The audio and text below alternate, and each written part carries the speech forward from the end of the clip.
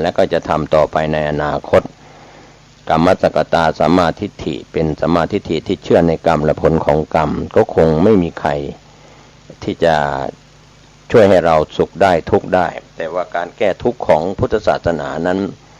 ก็เข้าไปรู้แจ้งพระพุทธองค์ทรงตรัสรู้พระอนุตตรสัมมาสัมโพธิญาณก็รู้แจ้งในอริยสัจจะทำทั้ง4ทุกข์สมุทัยนิโรธมรรคก็เรียกว่าเป็นความจริงที่ประเสริฐก็มีในเฉพาะพุทธศาสนาเท่านั้นศาสนาอื่นๆที่เป็น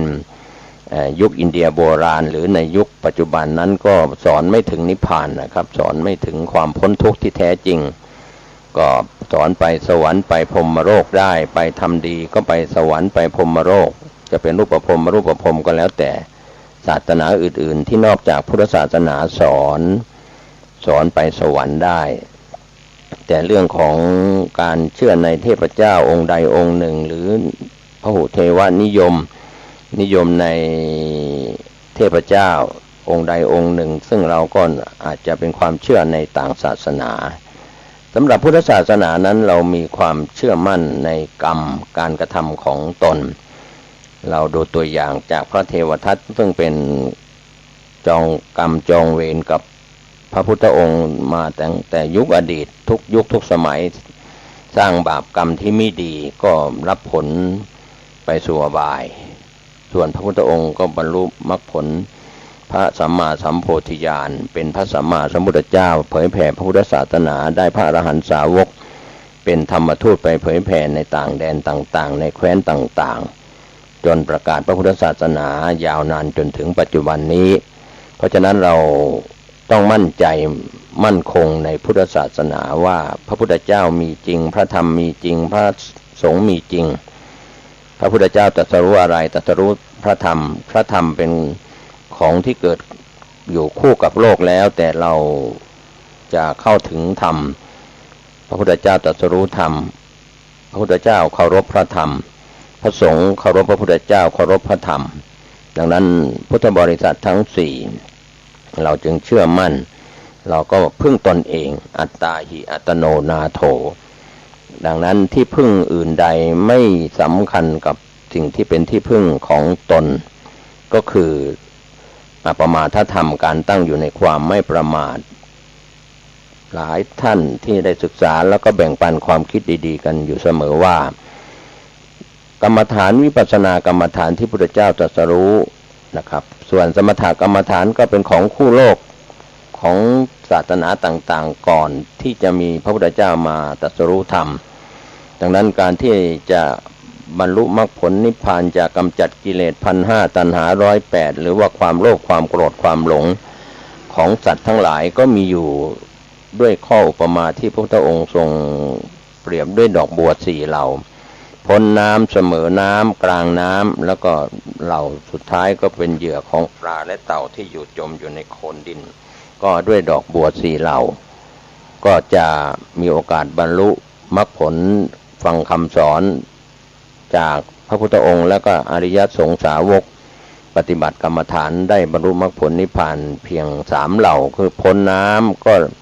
จะเบ่งบานโดยรวดเร็วเสมอน้ำก็จะเบ่งบานในวันเดือนปีต่อไปกลางน้ำก็ยังมีโอกาสเบ่งบานได้ในตามนิสัยบุญวาสนาบารมีส่วนที่อยู่กับโคลนดินก็เป็นเหยื่อของปลาและเต่าไปนะครับพูดถึงดอกบัวหรือว่ากอบัวโดยข้ออุปมานี้ก็เหมือนเวไนยสัตว์คำว่าเวไนยสัตว์ในสัตว์ที่ควรบรรลุมรรคผลนิพพานก็3เหล่าแรกพ้นน้ำเสมอน้ำกลางน้ำนี่เป็นเวไนยสัตว์ส่วนปัทถปรมะนั้นก็เป็นดอกบัวเหล่าที่4ก็คงจะได้สร้างนิสัยอุปนิสัยปัจจัยถ้าเรามองบุคคลที่เป็นมารหรือเป็นเวรีกับพระพุทธเจ้าในยุคอดีตไม่ว่าจะเป็นยุคของพระเวสสันดรก็เป็นชูชกในยุคของพระพุทธเจ้าที่ตรัสรู้พระอนุตตรสัมมาสัมโพธิญาณก็เป็นพระเทวทัตก็ไปตามกรรมตัดโลกย่อมเป็นไปตามกรรมคือทำกรรมไม่ดีก็ไปสู่อเวจีมหานรกนะครับเข้าเฝ้าพุทธเจ้าที่วัดเชตวันไม่ได้นะครับก็ด้วยกรรมที่หนัก นะครับในเรื่องของอนันตริยกรรมโดยเฉพาะการกระทำโลหิตของพระพุทธเจ้าให้ห่อเลือดด้วยการกิ้งหินจากหน้าผาจากภูเขาเพื่อจะประหารหรือทำลายชีวิตพระพุทธองค์ในการศึกษาในยุคอินเดียโบราณหลักฐานต่างๆที่เราได้ศึกษาหลายคนหลายท่านได้ไปไหว้พระที่อินเดียเนปาลในปัจจุบันแล้วก็จะเกิดธรรมสังเวชว่าพระพุทธเจ้าบังเกิดขึ้นในอินเดียในแคว้นต่างๆก็มีชื่อมีหลักฐานปรากฏอยู่แล้วก็มีการสืบต่อเผยแผ่หลักธรรมทางพระพุทธศาสนาที่เรามองแล้วก็เชื่อมั่นนะครับท่านผู้ฟังที่เราเป็นผู้มีปัญญาคือถ้าขาดในคันธธุระการศึกษาก็เป็นส่วนหนึ่งวิปัสสนาธุระก็เป็นส่วนหนึ่งทั้งสองธุระนี้มีความสำคัญแต่สิ่งที่เสื่อมที่เราได้พิจารณาเห็นความเสื่อมของพระพุทธศาสนาก็เริ่มจากการปฏิบัติเริ่มจากการปฏิบัติเมื่อเราไม่ได้ปฏิบัติกรรมฐานจะเป็นสมถกรรมฐานวิปัสสนากรรมฐานพระวิปัสสนาจารย์มีอยู่คู่โลกนี้หรืออาจารย์สอนกรรมฐานก็มีอยู่ก็เมื่อสอนแล้วผู้ที่ปฏิบัติตามก็คือพระภิกษุสามเณรพระเถระครูบาอาจารย์ที่เป็นอาจารย์สอนกรรมฐานก็สอนและที่ไปเผยแผ่แล้วก็สอนกรรมฐานกันมีสำนักปฏิบัติกรรมฐานมีสำนักวิปัสสนากรรมฐานกันในประเทศต่างๆไม่ใช่เฉพาะในประเทศไทยก็เริ่มมีในสำนักหรือสถานที่ปฏิบัติธรรมสมัยอดีตก็อยู่ตามถ้ำตามเหวตามดอยตามป่าตามสถานที่ที่เป็นที่สปายะที่อยู่อาศัยตามสปายะไม่ได้มีกุฏิวิหารโบสถ์ศาลาการประเรียนศาลาบาทหรืออะไรแบบที่เป็นวัดวารามแบบประเทศไทยนะครับก็คงเป็นส่วนของแม้แต่การสร้างในกรมศิลปากรอินเดียที่เราไปไหว้พระอินเดียก็จะเห็นว่าการสร้างอุโบสถการสร้างวิหารก็ใช้ก่ออิฐถือปูนในยุคอินเดียนั้นก็ไม่ใหญ่โตเล็กๆคันกุฏิหรือคันธกุฎีต่างๆหรือสถานที่ที่เราไปเห็นที่รัฐบาลอินเดียเขาขุดค้นแล้วก็มีหลักฐานก็จะเป็นก่ออิฐถือปูนก็ไม่กว้างใหญ่ไพศาลไม่เหมือนในประเทศไทยหรือหลายประเทศที่มีการสร้างโบสถ์ใหญ่โตมโหฬารสร้างที่อยู่อาศัยใหญ่โตมโหฬารนะครับสมัยก่อนนั้นเป็นการถือรุกขมูลอยู่ป่าในธุดงควัตร13ข้อแล้วก็เป็นการเจริญกรรมฐานตามป่าเขาลำเนาไพรก็ถ้ำก็มีโดยธรรมชาติน้ำตกหน้าผาหรือในถิ่นต่างๆที่เดินธุดงไปก็เราก็ศึกษาจากอาจารย์วิปัสสนาจะเป็นสายพระป่าพระบ้านก็แล้วแต่ที่ยังมีโอกาสศึกษาที่ท่านยังมีชีวิตอยู่แล้วก็ล้มหายตายจากไปมรณภาพไปหรือเป็นฝ่ายฆราวาสก็ตายจากกันไปหมุนเวียนกันนะครับก็ถือว่าเป็นวัฏฏะสงสารตายเกิดสำหรับผู้ที่ยังไม่หมดสิ้นจากเครื่องหมักดองที่เป็นอาสวะเป็นเครื่องผูกมัดคือสังโยชน์ก็เรื่องของสิ่งที่เป็นมลทินเหล่านี้นะครับท่านผู้ฟังจะสามารถกำจัดได้อย่างเด็ดขาดก็มีการประหารที่ว่าชั่วขณะโดยสะกดไว้แล้วก็โดยเด็ดขาดเนี่ยนะโดยเด็ดขาดนี่ต้องอาศัยภาคปฏิบัติวิปัสสนากรรมฐานที่เป็นไปตามลำดับญาณสภาวะธรรมต่างๆดังนั้นก็เป็นการเชิญชวนให้ท่านได้มีโอกาสปฏิบัติกรรมฐานนั่งสมาธิ5นาที10นาทีครึ่งชั่วโมง1ชั่วโมงหรือเดินจงกรม5นาที10นาทีครึ่งชั่วโมง1ชั่วโมงก็แล้วแต่โอกาสนะครับที่ได้มีโอกาสไปปฏิบัติวิปัสสนากรรมฐานอย่างสำนักปฏิบัติวิปัสสนาในพื้นที่ที่อยู่ใกล้บ้านท่านนะครับท่านมีโอกาสแล้วในประเทศไทยแล้วก็ในต่างแดนไม่ว่าจะเป็นเมียนมาศรีลังกาอินเดียหรือในประเทศในกลุ่มที่มีพระพุทธศาสนาที่เรารวมกลุ่มกันยังมีคำว่าพุทธศาสนิกสัมพันธ์แห่งโลกก็ยังมีอยู่หลายประเทศไม่ว่าจะเป็นไทยกัมพูชาลาวเวียดนามมาเลเซียสิงคโปร์หรือว่า ไต้หวันจีนแผ่นดินใหญ่ฮ่องกงญี่ปุ่นอะไรก็แล้วแต่จะเป็นเถรวาทหรือมหายานก็ตามก็ไปจากต้นต้นต้นตอก็อยู่ที่อินเดียที่เราได้ไปไหว้พระที่อินเดียที่มหาวิทยาลัยนาลันทาก็มีหลักฐานปรากฏว่าพระถังซัมจั๋งซึ่งได้เดินทางมานำพระไตรปิฎกที่ศึกษาในมหาวิทยาลัยนาลันทาเป็นมหาวิทยาลัยของสงฆ์แห่งแรกนะครับที่มีอยู่ก็ยังมีปรากฏหลักฐานเหลืออยู่ก็การนำพระพุทธศาสนาจากมหาวิทยาลัยสงฆ์ในยุคอินเดียโบราณนั้นก็ถือว่าเป็นส่วนที่ส่งเสริมทั้งสองธุระนะครับทั้งคันธะธุระการศึกษาพระไตรปิฎกแล้วก็วิปัสสนาธุระการปฏิบัติวิปัสสนากรรมฐานก็เป็นเรื่องที่ถ้าเสื่อมของที่ยากก็จะเสื่อมก่อนนะครับท่านผู้ฟังอันนี้ก็เป็นของจริงของแท้แน่นอนที่เกิดขึ้นอย่างนั้นก็ถ้าเราเห็นแล้วเข้าใจแล้วว่าวิปัสสนากรรมฐานจะเป็นการเสื่อมก่อนของพี่น้องชาวพุทธที่มีสำนัก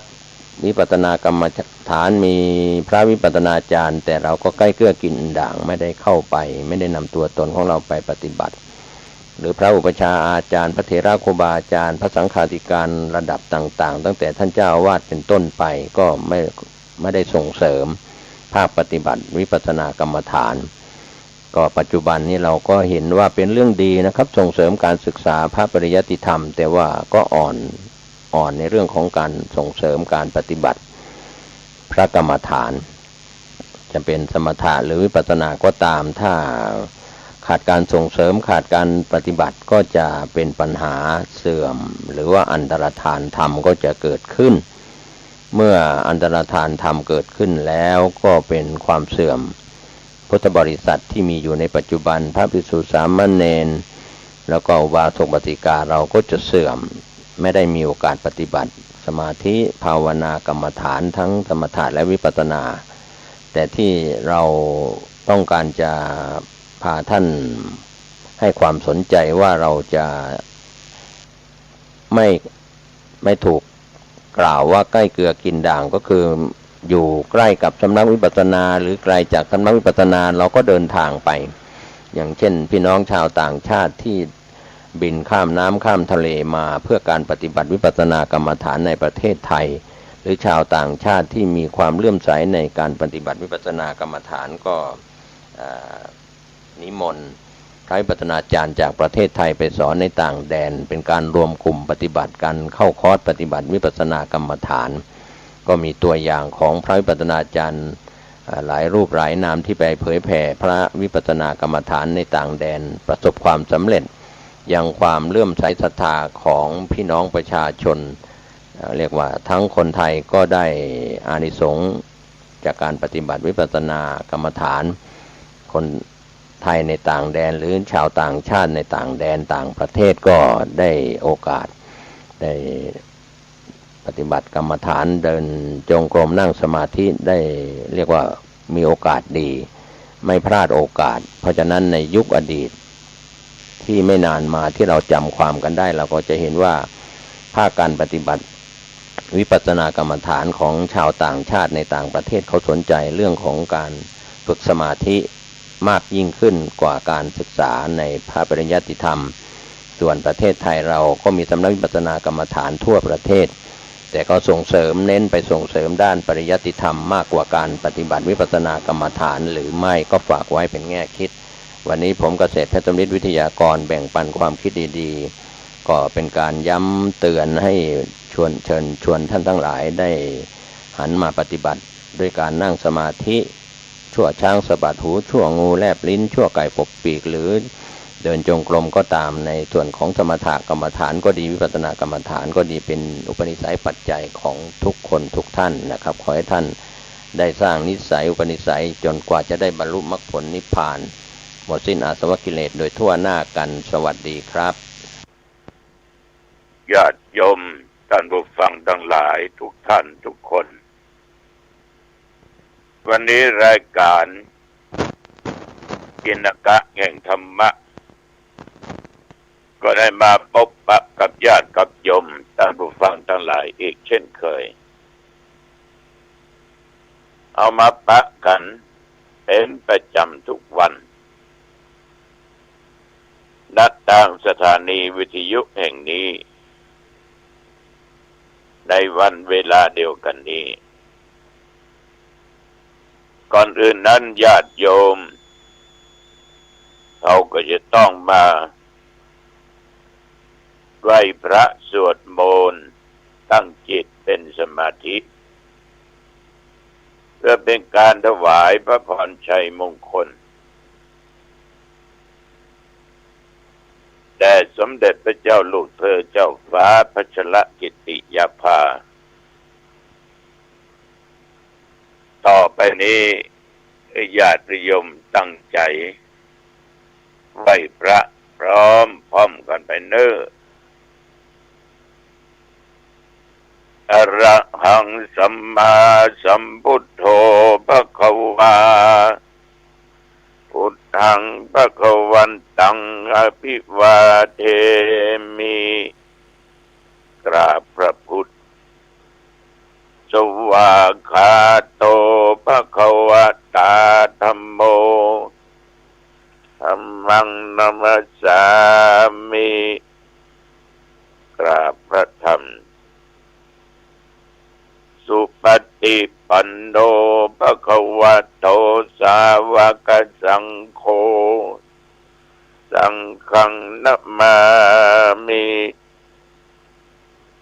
กราบพระสงฆ์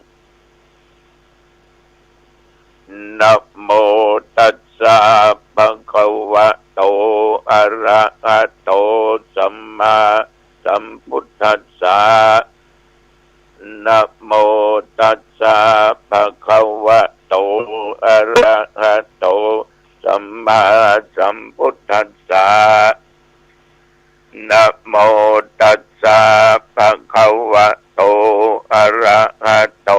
สัมมาสัมพุทธัสสะพุทธังสรณังคัจฉามิธัมมังสรณังคัจฉามิสังฆังสรณังคัจฉามิตุติยัมปิพุทธังสรณังคัจฉามิตุติยัมปิธัมมังสรณังคัจฉามิ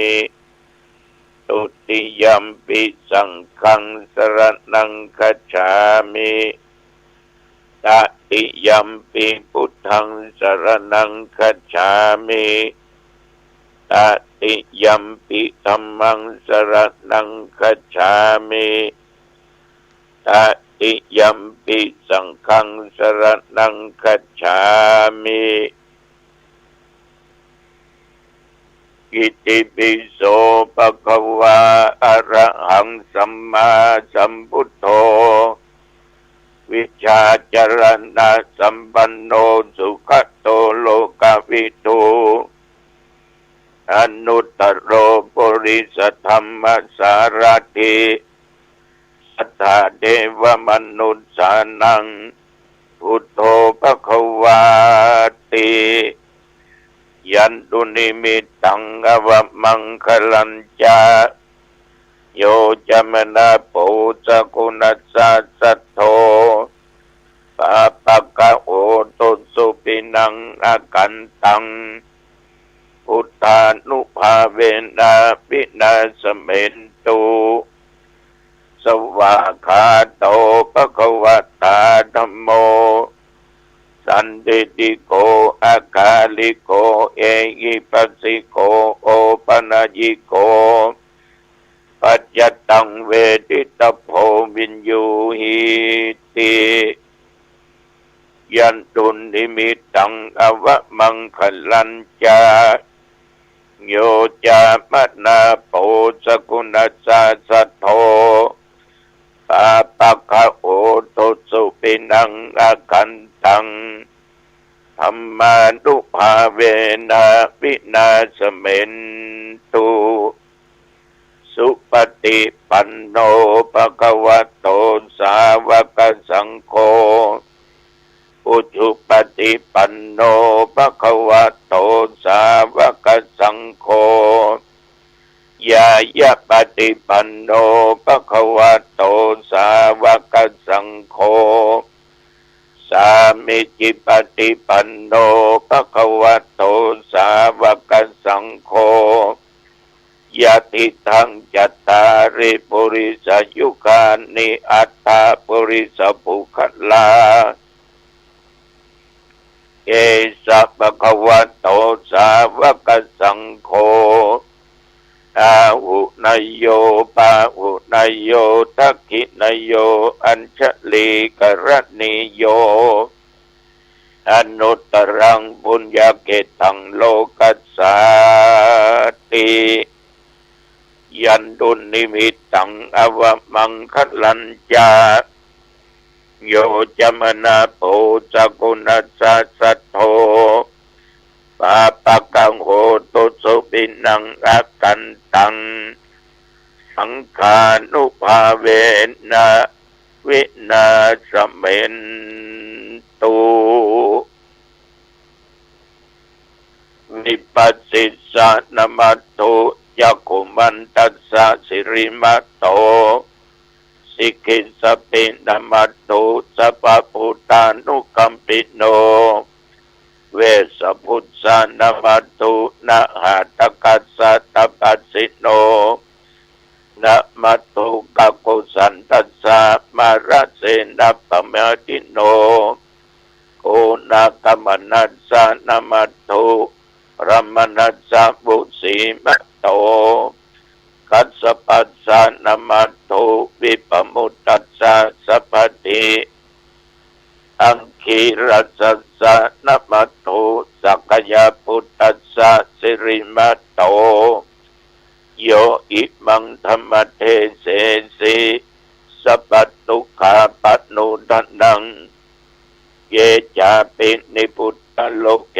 ยะถาพุทธังวิปัสสิสุง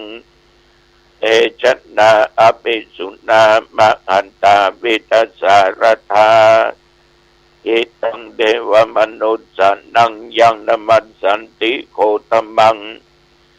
วิชาจรณะสัมปันนังมะอันตังวิตัสสารทังวิชาจรณะสัมปันนังพุทธังวันตามะโคตมันติยะโตหังภะคินิอริยยะชาติยาชาโตนาภิชานามิสันจิตยปานังชีวิตาปุโรเปตาเทนะสัจเจนะโสติเตโอตุโสติคัปสสะโอสังโฆสัตติสังคโตธัมมันังวิจโยตัฏฐา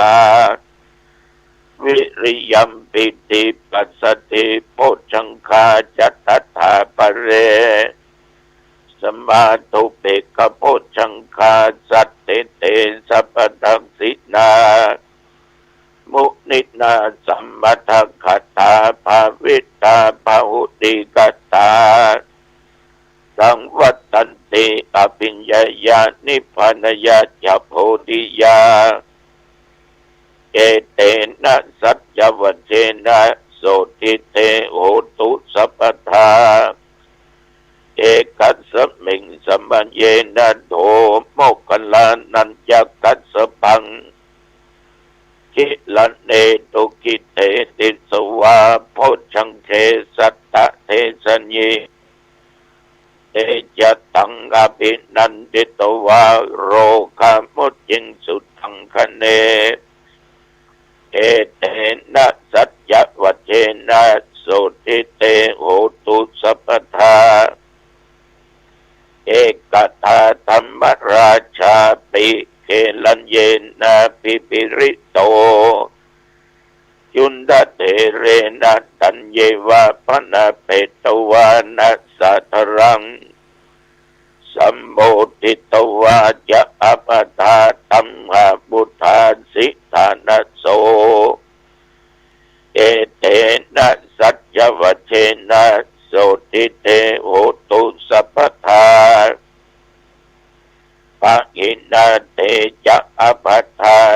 นันนัมปิมะเอสินัง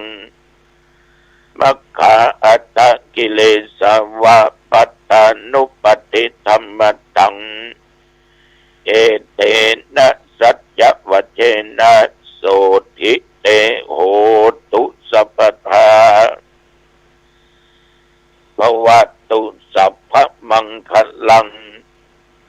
รักขันตุสัพพเทวตาสัพพพุทธานุภาเวนะสัทธาสุติภวันตุเตภวัตุสัพพมังคลังรักขันตุสัพพเทวตาสัพพธัมมานุภาเวนะ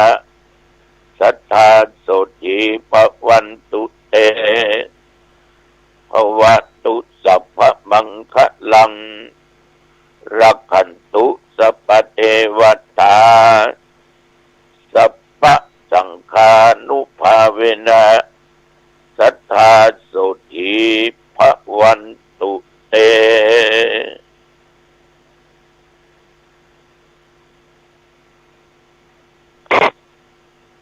โดยบทพุทธานุภาพธรรมานุภาพสังฆานุภาพบทสาธยายมนต์อันศักดิ์สิทธิ์นี้และ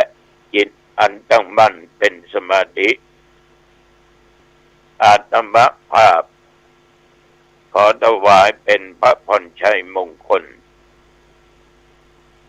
แต่สมเด็จพระเจ้าลูกเธอเจ้าฟ้าพัชรกิติยาภาขอให้พระองค์ท่านได้ทรงหายจากอาการพระประชวรมีพระสุขภาพพลามัยอันแข็งแรงดุจดั้งเดิมขอพระองค์จงทรงมีพระชนมายุยิ่งยืนนานได้120 พระพรรษายิ่งขึ้นไปขอถวายพระพรกรมอุตุประกาศบอกไว้เน้ออย่าประมาทเน้อศรัทธาก็ดูข่าวแต่ฝนตกลมแรงบ้านจองที่อยู่จนหลังคาปิวว่อนต้นไม้ต้นหยังหักกะละเนระนาดแต่มันเกิดที่ภาคอื่นสาธุไปมาทางนี้นะเป็นเชียงใหม่เป็นน้องเฮานี่นะภัยไปห้ามมันได้เนาะเรื่องของภัยธรรมชาติเมื่อน้องห้ามตัวเฮาเบิ่งให้แก่ข้าจะไปแก่เน้อนางจะไปเอวเน้อตาข้าคือใส่เจียวเอวยังเก่ากินข้าวลำเน้อห้ามตึมได้หรอกเดี๋ยวมันจะย้อนก็ใครแก่ห้ามจะไปเจ็บจะไปเมื่อยจะไปไข้จะไปเป็นอะไรอย่างเน้อถ้าจะเลี้ยงอย่างดีนะก็ข้าเจ็บโอ้ยปวดตายก็คือค่าตายง่ายๆก็อยู่กับโลกสัก200-300 ปีข้าจะฮื้อสู่ตายมันก็ห้ามบ่ได้ซื้อก็บ่ได้ขายก็ไฟก็เมา ฉะนั้นเรื่องของธรรมชาติมันก็เป็นไปตามธรรมชาติและตั้งแต่เมื่อตะวันวามาจนถึงปัจจุบันปัจจุบันนี้ตะวันในอากาศร้อนนะโยมแมนขึ้นไปถึง40ปัจจุบันที่นั่งอยู่นี่19 องศา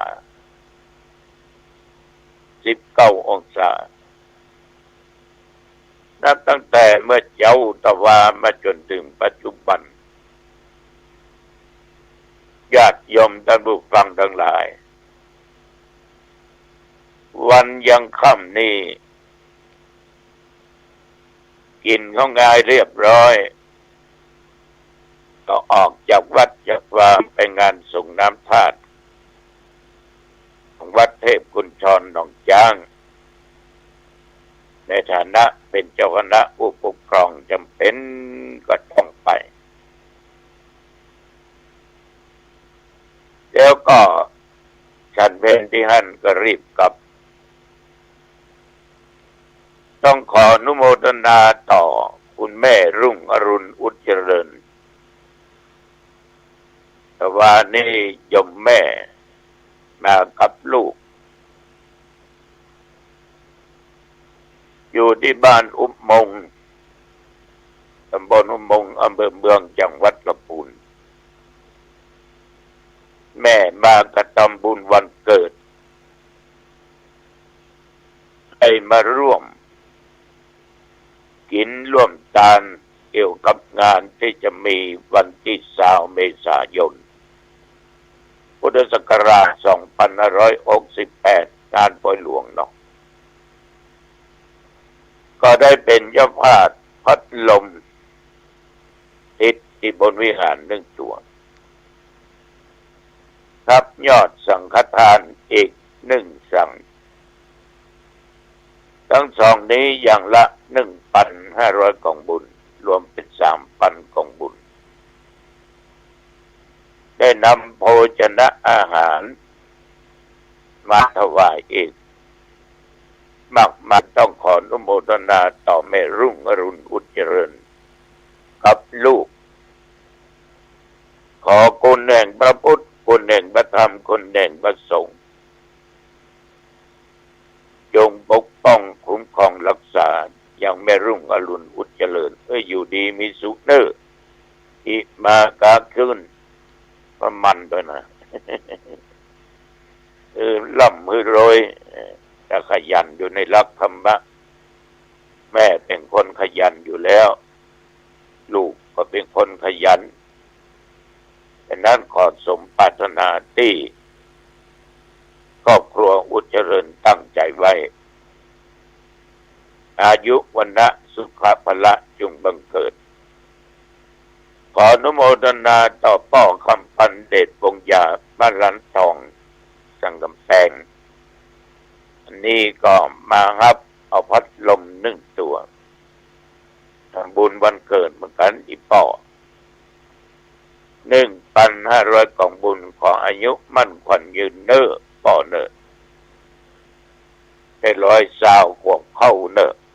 เอาเต้าเดือกันเนาะป่อเนาะ อยู่กำจูบวรพุทธศาสนาเช่นเดียวกันขอบใจต่อป้าน้อยสง่าแม่วนิดากันดิยะบ้านบกายองเพื่อไม่วางอันนี้ก็ฮับสั่งถวายตุเจ้า2 สัง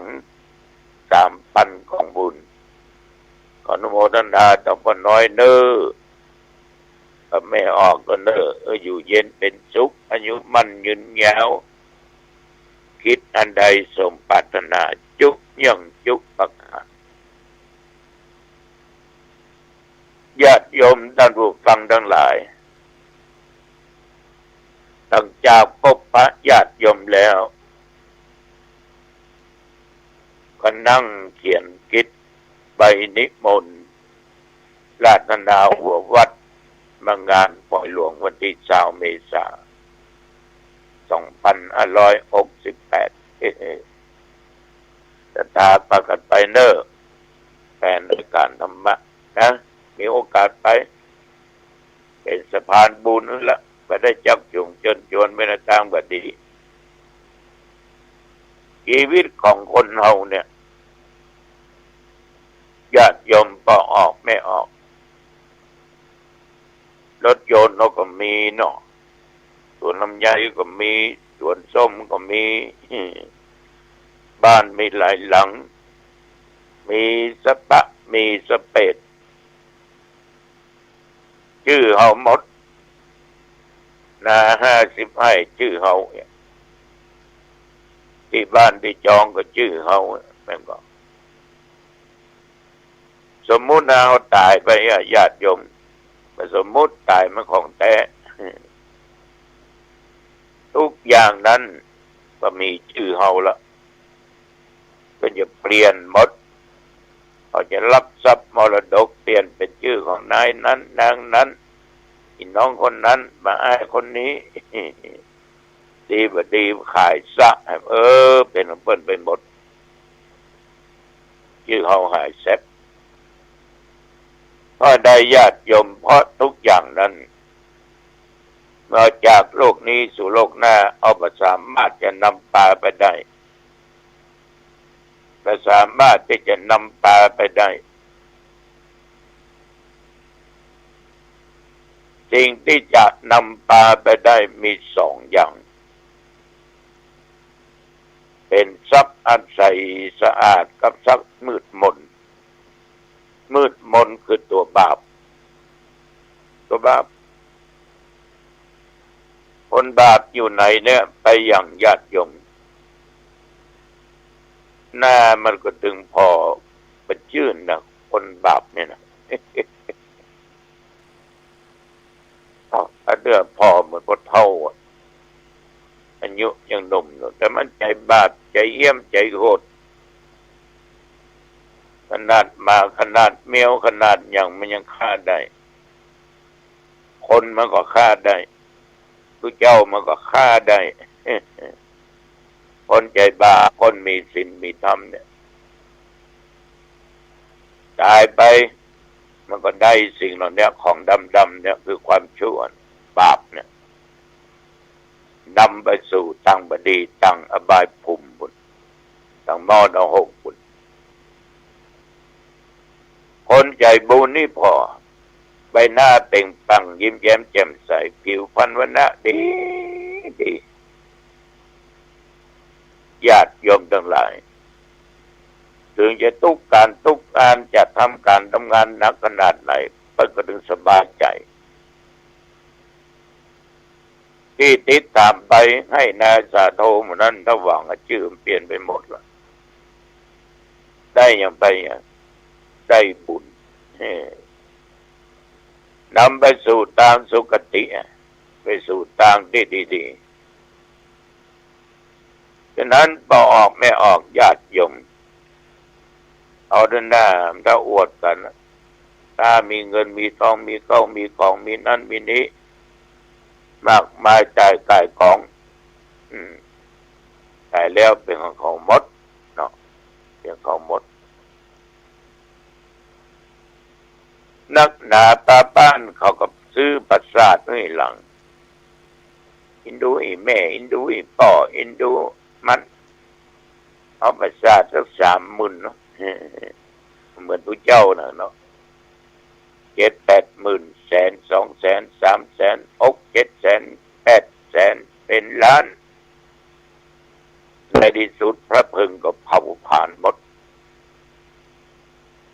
โยมก็ได้ประสาทหลังล่องแค่20,000รวม50,000เนาะ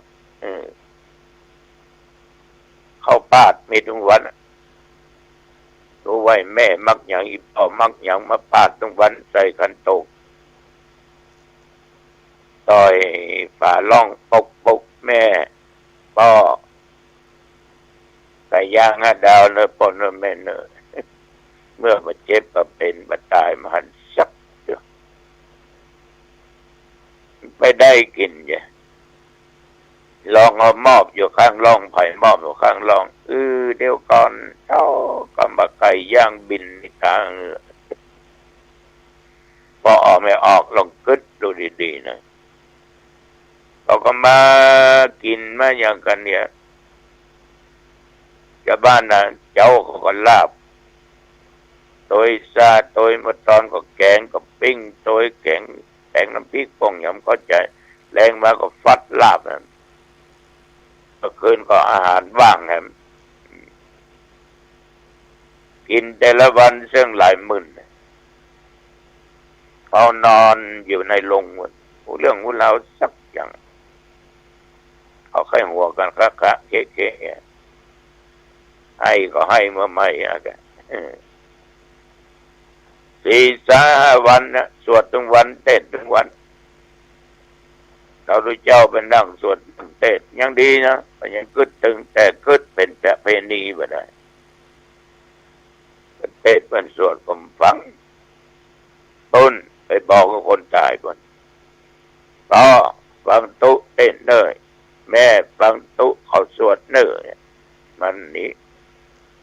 ต้นขึ้นลงอย่าไปอันเป็นนี่อันหัวกะเก๊กถึงวันเอาไปญาติโยมกลัวเขาอยู่บ้านสวดถอนแหละ ไปใส่ประสาทลากกันไปเห็นแต่ญาติโยมไปดึงปัจจาก็ทำพิธีทั้งศาสนาถวายพระไตรบางสกุลก็ป้าบางสกุลก็มันเนี้ยก็ไม่ได้หรอกไม่ใช่ว่าท่านนั้นก็อยู่บนเชิงตะกอนด้วยก็มากระเผาที่จุฬาศาสตร์เสร็จแล้วก็เตรียมพร้อมเพราะนั้นมันกัดลาดเตรียมบอกไฟแล้วอย่างงานศพครูบาอาจารย์เนี่ยก็เผาเมื่อคืนนี่เขาจะไปปงสังเวชหรอกเอาไปใกล้หัวบอกไฟวันถ้าบอกไฟไปขึ้นบดีแจ้งถ้าขึ้นดีดาวกระจายกันอย่างนี้เต้าชอบใจม่วนขนาดละเอาศพตัวลุงนี่นะม่วนแต่แล้วม่วนแต่แล้วจะว่าอินดูตัวลุงอะไรตัวลุงแต่เกิดผลสร้างบัดสร้างวาก็ต้องขึ้นละส่วนมากนะม่วนศพญาติศพโยมก็อย่างเดียวกันเชิญเอาดอกไม้จันทร์ไปวางเนิดดอกกูวางมึงวางก็เดี๋ยวบอกไฟใส่บึ้งบังต่อออกไม่ออกญาติโยมไฟลุกจุโลก็กูปิกมึงปิกหนูอยู่เฝ้าก็ไม่เตาะไม้หวดบึกบักตั้งปิ้นไปปิ้นมาบางทีก็บุกหัวไปนะในที่สุดเอาก็คืนธรรมชาติดินลมน้ำไฟธาตุทั้งสี่คืนธรรมชาติไปหมดขันธ์ห้าคืนไปหมดเนี่ยญาติโยมท่านทั้งหลายในชีวิตของเขามันจะเป็นเช่นนี้นะดังนั้นบดีประมาทเน้อรีบสร้างคนงามความดีแต่มาเดียวเป็นต้นไปก็ชี้ช่องทางไว้บอกแล้วมันเป็นจะได้เป็นจะอีกวันนี้พระกันที่วัดเขตวิชาวาสเนิ่มมันจะมีงานฉลองอย่างนี้จะไปเจริญพุทธมนต์กินของง่ายเนี่ยว่าจะไปขึ้นบ้านใหม่ญาติพี่น้องบ้านอ้อยพระเจ้าตุลุงต้องได้ไปเพราะตอนบ่ายจะขึ้นไปเนอะแมลงมาค่ำมาคืนก็ศพตุเจ้าวัดน้ำทงต่อคณะสงฆ์ตำบลกุนคงสมเมฆาเนิ่นตุลุงจะไปเทศหอมนะบื้อนา7 โมงครึ่งเนอะพี่น้องวัดป่าชี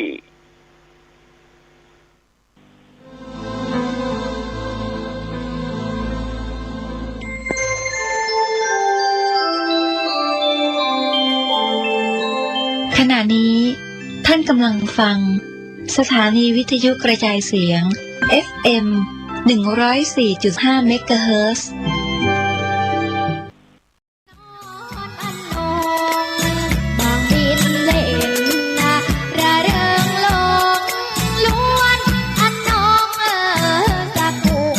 เชิญร่วมงานโครงการเทศมหาชาติชาดก13 กัน3 ธรรมาสน์เทศโดยพระอาจารย์ราชันอาริโยพร้อมคณะชุดใหญ่พบกับทศพลหิมพานต์นักแหล่ตำนานลูกคอ9 ชั้นชมความสามารถน้องผักบุ้งนักแหล่ชื่อดังขวัญใจวัยรุ่นเด็กๆ เทศณวัดสายมูลตำบลแม่กาอำเภอสัมปะตองจังหวัดเชียงใหม่วันอาทิตย์ที่ 16 มีนาคมจัดโดยพระครูสังวรศรีราภิรักษ์เจ้าอาวาสวัดสายมูลวัฒนธรรมอำเภอสัมปะตององค์การบริหารส่วนตำบลแม่กากลุ่มอาสาเลิศพันสะพานบุญศรีพลอยประดับยนต์เพื่อส่งเสริมพระพุทธศาสนาสร้างหอระฆังจัดซื้อข้าวสารอาหารแห้งให้กับผู้ยากไร้ผู้ด้อยโอกาสผู้ป่วยติดเตียงในเขตจังหวัดเชียงใหม่และจังหวัดลำพูนขอเชิญทุกหน่วยงานบริษัทห้างร้านต่างๆกลุ่มคณะต่างๆหมู่บ้านชุมชนทุกท่านทุกคนร่วมฟังเทศน์13 กัน 3 ธรรมาร่วมรับเป็นเจ้าภาพกันเทศน์โรงทานความสามัคคีร่วมด้วยช่วยกันอานิสงส์สูงยิ่งนักเป็นมงคลชีวิตต่อตนเองและผู้อื่นความสำเร็จก็บังเกิดขึ้นขอขอบคุณยินดีต้อนรับพี่น้องต่างจังหวัดต่างอำเภอต่างหมู่บ้านที่แจ้งมาจะเดินทางมาร่วมในงานนี้วันอาทิตย์ที่ 16 มีนาคมณวัดสายมูลตำบลแม่กาอำเภอสัมปะตองจังหวัดเชียงใหม่เทศน์ตั้งแต่เวลา 9 นาฬิกาถึง 17 นาฬิกาขอเชิญร่วมรับเป็นเจ้าภาพกันเทศน์13 กันและรับเป็นเจ้าภาพโรงทานติดต่อ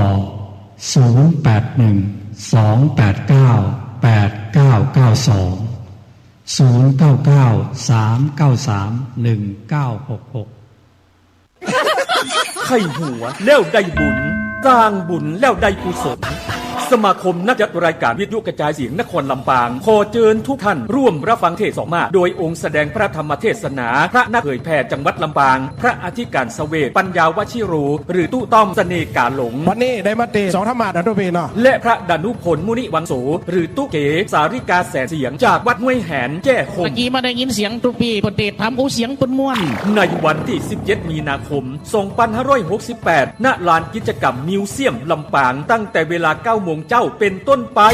และขอเชิญทุกท่านร่วมทอดผ้าป่าสามัคคีเพื่อสนับสนุนกิจกรรมสาธารณประโยชน์ของสมาคมนักจัดรายการวิทยุกระจายเสียงนครลำปางสนใจร่วมสมทบทุนผ้าป่าสามัคคีได้ที่บัญชีสมาคมนักจัดรายการวิทยุกระจายเสียงนครลำปางธนาคารกรุงเทพหมายเลขบัญชี 658-716-1230 หรือร่วมทำบุญได้ที่ดีเจทุกคลื่นในจังหวัดลำปางแล้วมาร่วมสร้างกุศลด้วยกันนะครับ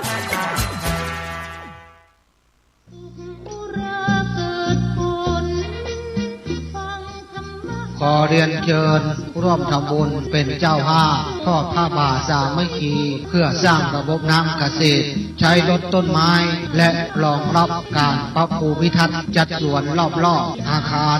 ลานพระใหญ่ทอดนักวัดพระธาตุสีมาโพตะโพธารามพระธาตุม่อนปิดตำบลโป่งน้ำฮ้อนอำเภอฝางจังหวัดเชียงใหม่วันพุธที่ 16 เดือนเมษายน 2568 เวลา 13 นาฬิกา39 นาทีร่วมบริจาคผ่านหมายเลขบัญชี204-309-3196 ธนาคารกสิกรไทยสาขาฝางประเภทออมทรัพย์ติดต่อสอบถามได้ที่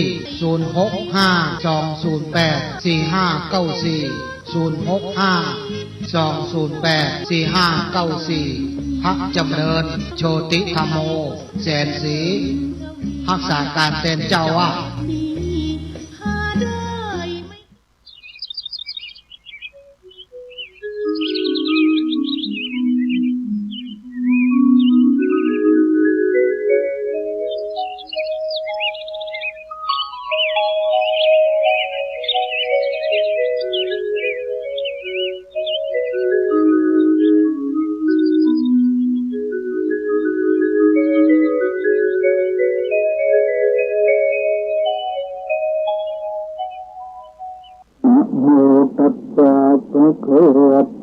อะระหะโตสัมมาสัมพุทธัสสะนะโมตัสสะภะคะวะโต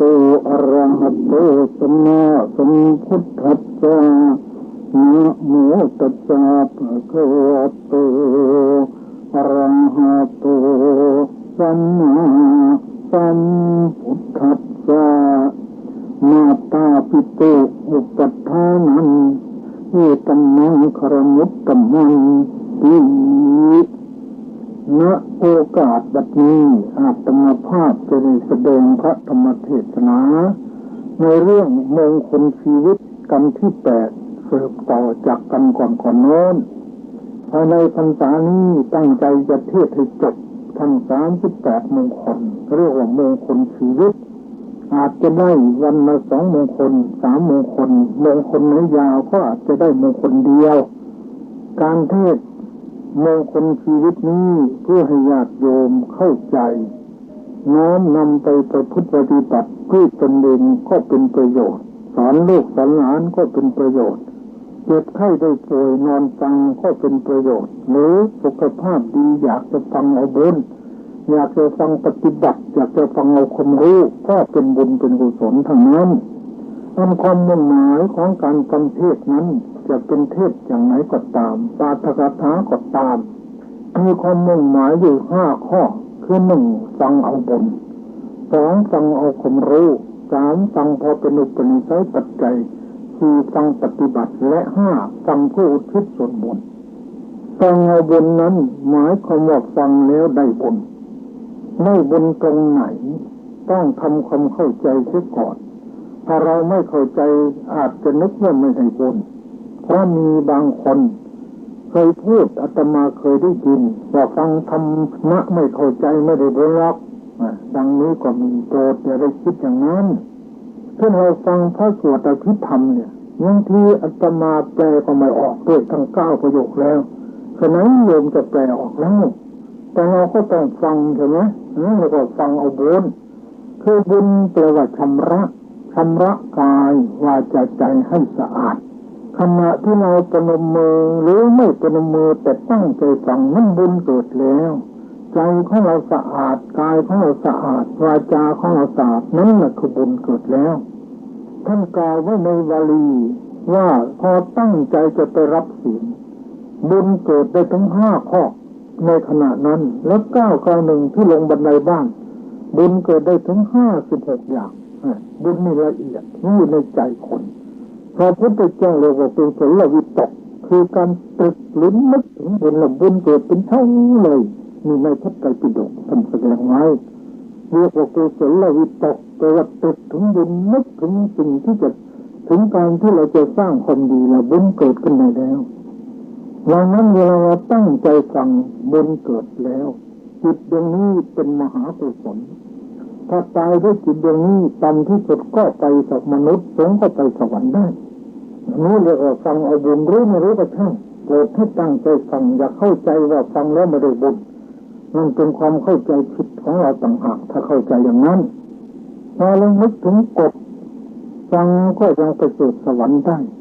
ข้างคาวก็ยังไปเกิดสวรรค์ได้แม่ไก่ก็ยังไปเกิดเป็นมนุษย์ได้ฉะนั้นคนจะไปไม่ได้ลองนึกดูให้ดีก็แล้วกัน2ฟังเอาความรู้อันนี้ต้องจับอยากได้ก็ต้องจดต้องจำเห็นแล้วจดไว้ทำให้แม่นยำเหมือนทราบแล้วจำไม่ได้ทั้งมวลเมื่อหลงลืมไปจะใช้สอบสวนคนให้โปรเตือนจากที่จดลองอันนี้เราฟังและจดไว้แต่สมัยนี้เขามีเทปบันทึกก็ได้ไม่บันทึกก็ได้อย่างนี้ก็บันทึกไว้แล้วเทปมีแล้วทางการเมื่อไรโยมสั่งที่พระครูวรัตนมก็พร้อมที่จะเอามาฟังได้ฟังบ่อยๆก็ได้บุญบ่อยดีกว่าฟังอย่างอื่นพระพุทธเจ้าเรียกว่าอนุตตริยะสวนานุตตริยะเป็นการฟังอย่างประเสริฐอย่างนั้นในอนุตตริยะ6 2ฟังเอาความรู้ต้องจดต้องจำ3ฟังพอเป็นอุปนิสัยปัจจัยบางทีเราทำกับข้าวไปบ้างไถนาไปบ้างทอดกล้วยแขกบ้างแต่ก็ยังฟังอยู่ได้ยินบ้างไม่ได้ยินบ้างมีบางคนไปไถนาเอาวิทยุทานซิปเปอร์แขวนไว้บนต้นไม้ไถนาไปฟังเทศไปก็ดีอยู่บางคนทอดกล้วยแขกก็ฟังไปบางทีเผลอกล้วยแขกไม้ก็ยังมีเรื่องมีเยอะอันนี้ฟังพอเป็นสายปัจจัยทีนี้ฟังปฏิบัติถ้าเป็นนักปฏิบัติวิปัสสนาปฏิบัติปฏิแปลว่าเฉพาะปฏิแปลว่าถึงปฏิบัติแปลว่ายังกายวาจาใจให้เข้าถึงศีลสมาธิปัญญาอันนี้เรียกว่าฟังปฏิบัติ ในสมัยพระพุทธเจ้านิยมฟังกันอย่างนี้ถ้าฟังเอาคงรู้ฟังเท่าไรก็ไม่ได้มรรคผลนิพพานหรอกดูพระอานนท์ฟังมากที่สุดในศาสนานี้แต่ก็ไม่ได้เป็นพระอรหันต์จะได้เป็นจะต้องปฏิบัติวิปัสสนาหลังจากพระพุทธเจ้านิพพานแล้ว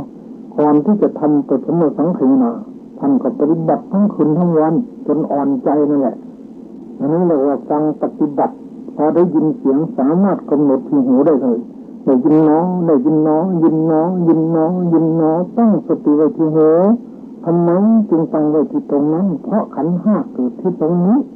ในขณะที่ได้ยินขันธ์ห้านี่เป็นภูมิของวิปัสสนาเรียกว่าวิปัสสนาภูมิหกคือขันธ์ห้าเกิดที่ตรงนี้เพราะฉะนั้นจึงต้องกำหนดตรงนี้เป็นหนทางเดินที่จะไปละกิเลสหรือเข้าสู่มรรคผลนิพพานก็เดินทางสายนี้ส่วนฟังอุทิศส่วนบุญเราไปในงานศพเราฟังแล้วได้บุญอุทิศส่วนบุญให้ตัวตายท่านสาธุชนผู้ใจบุญทั้งหลายระยะนี้เราก็กำลังอยู่ในฤดูที่อากาศใจดีฝนก็ตกลงน้อยฤดูเข้าพรรษาตอนนี้ก็จะได้แสดงพระธรรมเทศนาเรื่องมงคลชีวิตมงคลชีวิตติดไว้ที่ฝาอ่านบรรลักษาวัฒนาจำเริญมงคลชีวิตติดไว้ที่ใจนำเราไปในสู่สุคติทุกการทุกเมื่อถ้าเรามีมงคลอย่างนี้วันนี้จะว่าถึงพระคุณของพ่อของแม่หรือการเลี้ยงดู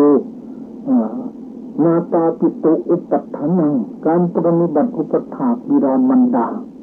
พระพุทธเจ้าตรัสว่าเป็นมงคลมันสูงสุดเพราะฉะนั้นจะเทียบมงคลนี้ก่อนคำว่ามารดาแปลว่าผู้นับถือบุตรคือนับถือว่าเป็นลูกของตัวก็ได้แปลว่าผู้รักษาบุตรคือรักษาลูกของตัวให้ได้รับความสุขกายสุขใจก็ได้แปลว่าผู้ยังลูกให้ดื่มคือยังลูกให้ดื่มนมดื่มน้ำดื่มเครื่องดื่มรสประทับก็ได้แปลว่าผู้อันบุตรพึงนับถือคือลูกทุกคนก็ต้องนับถือมารดาของตนยิ่งกว่าใครทั้งหมดนี่เรียกว่ามารดาส่วนคำว่าบิดาก็แปลว่าเป็นที่ตั้งแห่งความยินดีของสัตวโลกทั้งมวลหมายความว่าสัตวโลกคือผู้เกิดขึ้นมาทุกคนต้องมีพ่อเมื่อเห็นพ่อก็ต้องพอใจดีใจชื่นใจด้วยกันทั้งนั้นแล้วก็แปลว่าผู้รักษาสัตวโลกทั้งปวงหมายความว่าพ่อของลูกทุกคนต้องรักษาคุ้มครองป้องกันลูกของตนทุกวิถีทางเพื่อให้มีความสุขสบายปลอดภัยทุกประการและแปลว่าผู้รักใคร่บุตร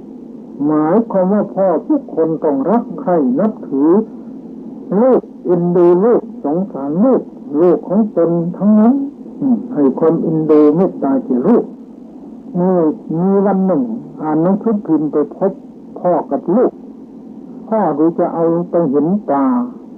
ตามธนาบาปลาช่อนมีลูกแดงๆตัวเล็กๆมันเป็นหมูผงไก่ตัวแม่มันตัวพ่อมันต้องอยู่ข้างล่างในมากปลาช่อนนี่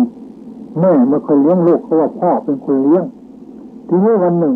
พ่อกับลูกไปเห็นปลาพ่อก็ไปเอาฉมวกจะมาแทงปลาลูกก็ถามว่าพ่อถ้าแทงถูกมันตายไหมตายแล้วลูกมันก็อยู่กับใครล่ะพอลูกถามอย่างนี้ก็เลยพ่อไม่กล้าเลยเลยเลิกทำบาปเลยเนี่ยอย่างนี้เด็กเขาก็มีความคิดเขาก็นึกถึงอกเขาเด็กก็เป็นลูกของพ่อเป็นลูกของแม่ถ้าพ่อตายแม่ตายจะไปเกาะจะไปพึ่งใครน้องสัตว์ก็เหมือนกันถ้าพ่อไม่อยู่ตัวอื่นก็จะมากินลูกก็กระสินกระสายไปไม่มีพ่อไม่มีแม่ปลาเขาก็รักลูกเหมือนกันกับมนุษย์ทำไมมนุษย์ไม่รักลูกมันก็แย่แล้ว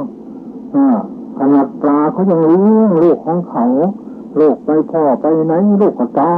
มไปเป็นผงไปน่าสงสารน่าเอ็นดูเพราะฉะนั้นพ่อกับแม่ท่านก็มีลักษณะเอ็นดูลูกยิ่งกว่าใครทั้งหมดจึงได้ชื่อว่าบิดาหรือมารดาเมื่อมารดาบิดามีพระคุณต่อลูกมากสุดที่จะนับจะประมาณได้เช่นหนึ่งเมื่อปรารถนาลูกหรือปรารถนาบุตรอยากให้บุตรของตนเป็นคนดี ย่อมพากันไปไหว้วอนเทวดาก็มีพากันไปถามเลิกงามยามฤดูปีที่โลกเกิดก็มีเป็นหญิงแพ้ท้องก็มีเป็นหญิงมีหัตถ์ไทยดีต่อลูกบริหารคันรักษาคันเป็นอย่างดีกลัวลูกจะคลอดมาพิกลพิการเวลาจะคลอดก็ลำบากโดยกันทั้งสองฝ่ายเวลาคลอดก็ลำบากคือเลือดตกยางออกบางรายพิการบางรายถึงกับตายเพราะลูกก็มีบางรายถูกผ่าตัดก็มีบางรายเป็นบ้าก็มีอันนี้อาตมาเห็นกับตาพอคลอดลูกแล้วอยู่ในลูกก็ยังอยู่แม่เป็นบ้าไม่ตายง่ายหรอกก็ต่อมาก็ลูกก็เอามาเลี้ยงจนกระทั่งมีหลายมือเลยแล้วจนตายคนนี้นอกจากนี้แต่แม่ยังปลอบโยนลูกก็ร้องให้หรือน้ำนมบ้างหรือเพลงขับบ้างหรือเครื่องกกบ้างหรืออวัยวะของแม่ให้ลูกได้รับไออุ่นจากการสัมผัสอวัยวะของแม่และนอนหลับไปอย่างเป็นสุขไม่ให้ลมและแดดถูกลูกพยายามปกปักรักษาไว้เป็นอย่างดีสืบคุ้มครองป้องกันทรัพย์สมบัติของตนไว้11ได้รับความลำบากทุกข์ยากในการเลี้ยงดูลูกโดยประการต่างๆ12เป็นพระพรหมของลูกเพราะเป็นเปี่ยมไปด้วยเมตตากรุณามุทิตาและอุเบกขาต่อลูก13เป็นเทวดาของลูก14เป็นอาจารย์ของลูก15เป็นพระของลูกลูกกราบพ่อกราบแม่ไหว้พ่อไหว้แม่ก็เหมือนกับไหว้เทวดาเหมือนกับไหว้พระพรหมเหมือนกับไหว้พระอรหันต์นั่นแหละนอกจากนี้16เป็นผู้อนุเคราะห์ลูกด้วยปัจจัย4 17ห้ามลูกไม่ให้ทำความชั่ว18ให้ลูกตั้งอยู่ในความดี19ให้ลูกได้ศึกษาศิลปะวิทยาต่างๆบรรดามีในโลก20หาสามีภรรยาที่สมควรให้21มอบทรัพย์สมบัติให้ในสมัยนี่เราจะกล่าวโดยสรุปแล้วทั้งมีพระคุณอย่างนี้พระคุณของบรรดาบิดานั้นโบราณท่านเปรียบไว้ดังนี้คือเอาท้องฟ้ามาเป็นกระดาษสำหรับจดบันทึกพระคุณของบรรดาบิดาเอาแผ่นดินมาเป็นหมึกเอาน้ำในมหาสมุทรมาเป็นน้ำละลายหมึกเอาภูเขาเป็นโอราชมาเป็นปากกาเขียนก็ไม่สามารถจะจดบันทึกพระคุณของท่านให้หมดได้แม้ในมาตาปิตุคุณสูตรพระพุทธองค์ก็เคยแสดงไว้ว่าลูกจะให้แม่นั่งบนบ่าขวาให้พ่อนั่งบนบ่าซ้ายถ่ายอุจจาระกับสารลดลงไปบนบ่าลูกเป็นผู้คิดให้หาอาหารมาป้อนให้กระทั่งจนท่านตายหรือกระทั่งจนลูกตายไปก็ไม่สามารถจะตอบบุญแทนพระคุณของข้าเขาป้อนน้ำนมที่ท่านได้ถนอมของเครื่องบำรุงเลี้ยงคงพักมาเป็นหนักหนาถึงวันหิวก็หาอาหารมาให้ถึงวันไข้ก็บำรุงจนหายทั้งเปรี้ยวหวานสารพัดจะหาไม่ไว้อย่าเที่ยงสายใบยินไม่ได้ว่าการบำรุงบรรดาบิดามีอยู่2อย่างคือบำรุงภายนอกหนึ่งบำรุงภายในบำรุงภายนอกแบ่งเป็น5อย่างคือ1นอบน้อมด้วยกายแสดงความเคารพด้วยวาจา2สักการะด้วยข้าวต้มข้าวสวยเครื่องดื่มเสื้อผ้าที่อยู่ที่อาศัยเครื่องอบเป็นน้ำอบน้ำหอมและน้ำร้อนน้ำเย็นล้างเท้านวดทาด้วยน้ำมันเป็นต้น3เป็นมีบัตรอุปถากด้วยหยูกยาในยามเจ็บไข้ได้ป่วยหรือไม่สบาย4ท่านได้เลี้ยงเรามาแล้วเลี้ยงท่านตอบเลี้ยงหัวใจของท่านทำอะไรให้ผิดอกผิดใจของท่านทนุถนอมน้ำใจของท่าน5ทำกิจการงานของท่านไม่บอกไม่ขานไม่วานก็ต้องเชื่อวิสัยของลูกที่ดีและส่วนการบำรุงภายในก็แบ่งออกเป็น7อย่าง1ดำรงวงตระกูล2ประพฤติตนให้สมควรที่จะรับทรัพย์มรดกภายนอกภายใน3รักษาน้ำใจท่านให้ดีที่สุดเท่าที่จะทำได้4ชักนำท่านให้ตั้งอยู่ในศรัทธา5ชักนำท่านให้ตั้งอยู่ในศีล6ชักนำท่านให้ได้ฟังธรรมะ7ชักนำท่านให้ได้เจริญสมถะและวิปัสสนากรรมฐาน ลูกอกตัญญูให้โทษทั้งในภพนี้และภพหน้าเปลี่ยนจากประโยชน์ทั้งสามเช่นตัวอย่างต่อไปนี้มิตรวินทุกุมมารมิตรวินทุกุมมารเป็นลูกเศรษฐีมีทรัพย์80 โกฏในศาสนาของพระพุทธเจ้าพระนามว่ากัสสปะแม่ห้ามไม่ให้ไปค้าขายทางเรือไม่เชื่อฟังแม่จะไว้ก็ไม่ยอมฟังสลัดมือแม่ให้ล้มลงทำให้แม่ลำบากพอไปถึงกลางทะเลเรืออับปางว่ายไปสู่เกาะแห่งหนึ่งเห็นกงจักรเป็นดอกบัวกงจักรหมุนหัวอยู่ในแดนของเกยให้ผลอย่างนี้แหละปัจจุบันนั่นแหละมหาโมคคัลลานะเมื่อครั้งก่อนท่านเป็นบุรุษอยู่ในเมืองพาราณสี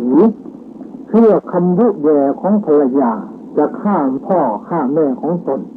ซึ่งตาบอดทั้งสองข้างให้ตายหลอกลวงไปจนถึงกลางป่าทำทีเป็นพวกโจรจะมาปล้นฆ่าพ่อแม่จึงบอกว่าลูกเอ้ยพ่อแม่เฒ่าแก่แล้วถึงจะถูกโจรฆ่าตายก็ยอมตายแล้วขอให้ลูกเอาตัวรอดปลอดภัยพ่อแม่ก็เป็นสุขใจเลยขอลูกของแม่จงรีบหนีไปให้ไกลเถิดเมื่อลูกได้ยินบาจารอ่อนหวานเปล่งออกมาจากดวงใจอันบริสุทธิ์เช่นนั้นจึงสำนึกในความผิดของตัวเองได้แต่ได้ลงมือทุบตีท่านไปแล้วท่านก็ยังไม่ถึงตายเมื่อแต่กายทำลายขันตัวเองก็ต้องตกนรกหลายชาติเกิดมาเป็นคนก็ถูกเขาฆ่าตายหลายชาติสุดท้ายเป็นพระอรหันต์แล้วก็ยังถูกผลกรรมตามสนองคือถูกโจร500 ทุบตีจนปรินิพพานลูกกตัญญูกตเวทีคือลูกที่รู้จักบุญคุณของมารดาบิดาแล้วก็ทำการตอบแทนก็ย่อมเป็นมงคลได้ในปัจจุบันก็มีลูกบางคนเคยอ่านพบทางหนังสือพิมพ์เอาปืนไปยิงเห็นมาได้แล้วก็มาแกงเห็นเอาเหล้ามากินแล้วเดินเอาพวกเพื่อนเอามาระยะพอพ่อขึ้นมาอันนี้เชิญพ่อทานเหล้ากับแกงเห็นพ่อไม่ทานพ่อจะทานข้าวกับน้ำพริกก็โกรธให้พ่อเรามีดไล่แทงพ่อก็วิ่งหนีตายลูกมันก็ไปโดนสะดุดมีดแทงตัวเองไส้ไหลตายเลยนี่เห็นไหมปัจจุบันนี่แหละลูกถึงเนรคุณพ่อแม่เลยพ้นในชาตินี้มีบางคนพ่อแม่มาเยี่ยมลูกอยู่ในกรุงเทพเลยพ่อแม่ไปทำอะไรเข้าลูกก็ไปว่าพ่อแม่จะร้องไห้แม่ก็กลับบ้านต่อมาลูกก็เลยมีอันวิบัติเป็นไปบ้านเรือนต่างๆวิบัติถูกฟ้องล้มละลายก็มีชาตินี้ก็ให้ผลอยู่พ่อกับแม่ท่านถือว่ามาตะคิเป็นไฟกองหนึ่งพ่อก็เหมือนกันแม่เหมือนกันแต่ประพฤติดีปฏิบัติชอบเลยเจริญรุ่งเรืองยังมีบางคนไปโกรธให้แม่ไม่ยอมเรียกแม่เวลาคนนั้นไปได้ผัวมีลูกมาเป็นผู้เป็นใบ้หมดเลยขณะนี้ยังมีชีวิตอยู่แล้วมีอีกคนหนึ่งไปด่าแม่ตัวเองว่าแม่ตัวเองโกรธเวลาป่วยมีหนอนตัวดำๆออกมาจากปากต้องจ้างเขาเก็บเจละ10 บาทนะชาตินี้เนี่ยกรรมเวรมีอยู่นะพ่อแม่นี่มีบุญคุณต่อลูกมากอุ่นอะไรถึงหมดคนอื่นก็อุ่นอกสู้อกพ่อแม่เขาไม่ได้หรอกบางทีลูกทำผิดเนี่ยพ่อแม่ให้อภัยแต่คนอื่นเขาไม่ให้นะถึงอย่างไรก็ยังให้อภัยพระพุทธเจ้าถือว่าพ่อแม่นี่มีบุญคุณมากอโหปาการาภิกขเวมาตาปิตโลโลกรภิกษุทั้งหลายมารดาบิดาเป็นผู้ที่มีอุปการะคุณต่อลูกมากเป็นผู้บำรุงเลี้ยงดูรักษาและแสดงโลกนี้แก่ลูกอย่างนี้เป็นต้นพระพุทธเจ้าถือมากพ่อกับแม่เนี่ยอาหารที่เราบิณฑบาตได้สมมติเป็นพระให้คนอื่นก่อนไม่ได้ตัวไม่เอาไว้ฉันก่อนไปให้คนอื่นปรับอาบัติทุกกฎแล้วแต่ให้พ่อให้แม่ไม่มีไม่เป็นบาปเป็นกรรมให้ได้เท่านั้นยังไม่ฉันเลยก็ให้ได้ถือว่ามีพระคุณต่อลูกมากคนอื่นถึงอะไรก็ตามพ่อแม่ยังให้อภัยแก่ลูกได้บางทีลูกเป็นโจรเป็นผู้ร้ายคนอื่นเขาจะฆ่าทิ้งให้สิ้นซากจากแผ่นดินเช่นองคุลิมานแต่แม่ยังรักเด็กเป็นลูกของตัวเองอยู่จะต้องไปบอกให้หนีไกลๆโบราณจึงผูกเป็นดวงใจของพ่อของแม่ว่าอุ่นอะไรแล้วจะอุ่นเท่าอกแม่อุ่นแท้ๆเหมือนจ้าไม่เหมือนอ อกคนหมื่นแสนอาจเชยอกของแม่นึกเยือนจุกโลกายอุ่นอะไรนึกจะอุ่นเท่าพ่ออุ่นไม่พ่อนพอจ้าไม่เหมือนอกคนหมื่นแสนอาจเชยอกของพ่อนึกเยือนจุกโลกายซึ่งพ่อมีพระคุณต่อลูกมากจะหาอะไรมาเปรียบไม่ได้อันพระคุณบรรดาหาใดเปรียบบ่มีได้เทียบเทียมเท่าล้นเก้าโอ้สุดที่จะขนานาด้วยตาโชว์สุดอย่างรู้หนักเบาว่าเท่าไรอะไรมาเทียบไม่ได้เท่านั้นมหาสมุทรสุดสั่งอย่างรู้ได้ความลึกคูกว้างยาวสืบสาวไม่ถึงขุนเขาโขดเขินและเนินไพรความกว้างใหญ่วัดขนาดตามมาตราก็พอวัดกันได้อันพิภพว่ากว้างเว้งว้างแสนจุดแดนเดินดินแดนเลขคำนวณสอบสวนหากำหนดได้ครบครันด้วยปัญญานี่เทวสุดคำนวณประมวลวัดอีกทั้งห่วงวิหารภากาศยังสามารถยังทำเขตจำกัดอาทิตย์จันดาราสารพัดทุกส่วนสัตว์สอบดูรู้ประมาณแต่พระคุณบรรดาสุดหาช่องที่จะป้องกันกำหนดจดกล่าวขานรู้แต่ว่ายิ่งใหญ่ใดนิพพานสุดจะทานเทียบทำกำหนดนะแค่นี้แม่ของเราเฝ้านับถืออย่าดึงดื้อฟังว่าอย่าสับปรับอย่าถือโทษโกรธขึ้นถึงสันทัดกล่าวบังคับขู่เข็นเช่นใครๆถ้ามันให้พูดอยากให้พูดดีต่อพ่อต่อแม่ให้อ่อนหวานอย่างนี้เลยจึงจะดีดังนั้นลูกจึงจะต้องตอบแทนพ่อแม่ถ้าผู้ที่ประพฤติดีปฏิบัติต่อพ่อต่อแม่ดีแล้วนี่เป็นความสุขความเจริญท่านกล่าวว่าเป็นมงคลคือหนึ่งลูกจะไม่เสื่อมจากประโยชน์โลกนี้ไม่เสื่อมจากประโยชน์โลกหน้าและไม่เสื่อมจากประโยชน์อย่างยิ่งสองพ้นภัยต่างๆขึ้นสวรรค์สามดาบทเป็นตัวอย่างสามพ้นทุกข์ขึ้นแรงโพธิสัตว์เป็นตัวอย่างสี่ได้ลาภขึ้นพญานกแขกเต้าได้ลาภ8 เกศเป็นตัวอย่างห้าได้ยศขึ้นสิเป็นเสนาบดีมีนายสุตนะเป็นตัวอย่างหกได้รับความยกย่องสรรเสริญไม่ได้รับแต่ความโศกเจ็ดพ้นจากอบายขึ้นรามบุรุษ8ร้อนถึงเทวดาขึ้นนางกัจจานี9เข้าถึงพรหมขึ้นดาบท2 พี่น้อง10ตายไปมีคนสร้างอนุสาวรีย์ให้เป็นพญาช้างโพธิสัตว์11เป็นพลวัตปัจจัยให้ได้มรรคผลนิพพานอันนี้แสดงโดยย่อๆว่าพระคุณของพ่อของแม่ได้เป็นมงคลใดอย่างนี้นี่ตัวอย่างประกอบในมงคลเหล่านี้ก็มีมากจะยกมาพอเป็นตัวอย่างเล็กน้อยบุรุษเลี้ยงมารดาบิดาคือในกรุงสาวัตถีเรามีบุตรเศรษฐีคนหนึ่งฟังพระธรรมเทศนาของพระศาสดาแล้ว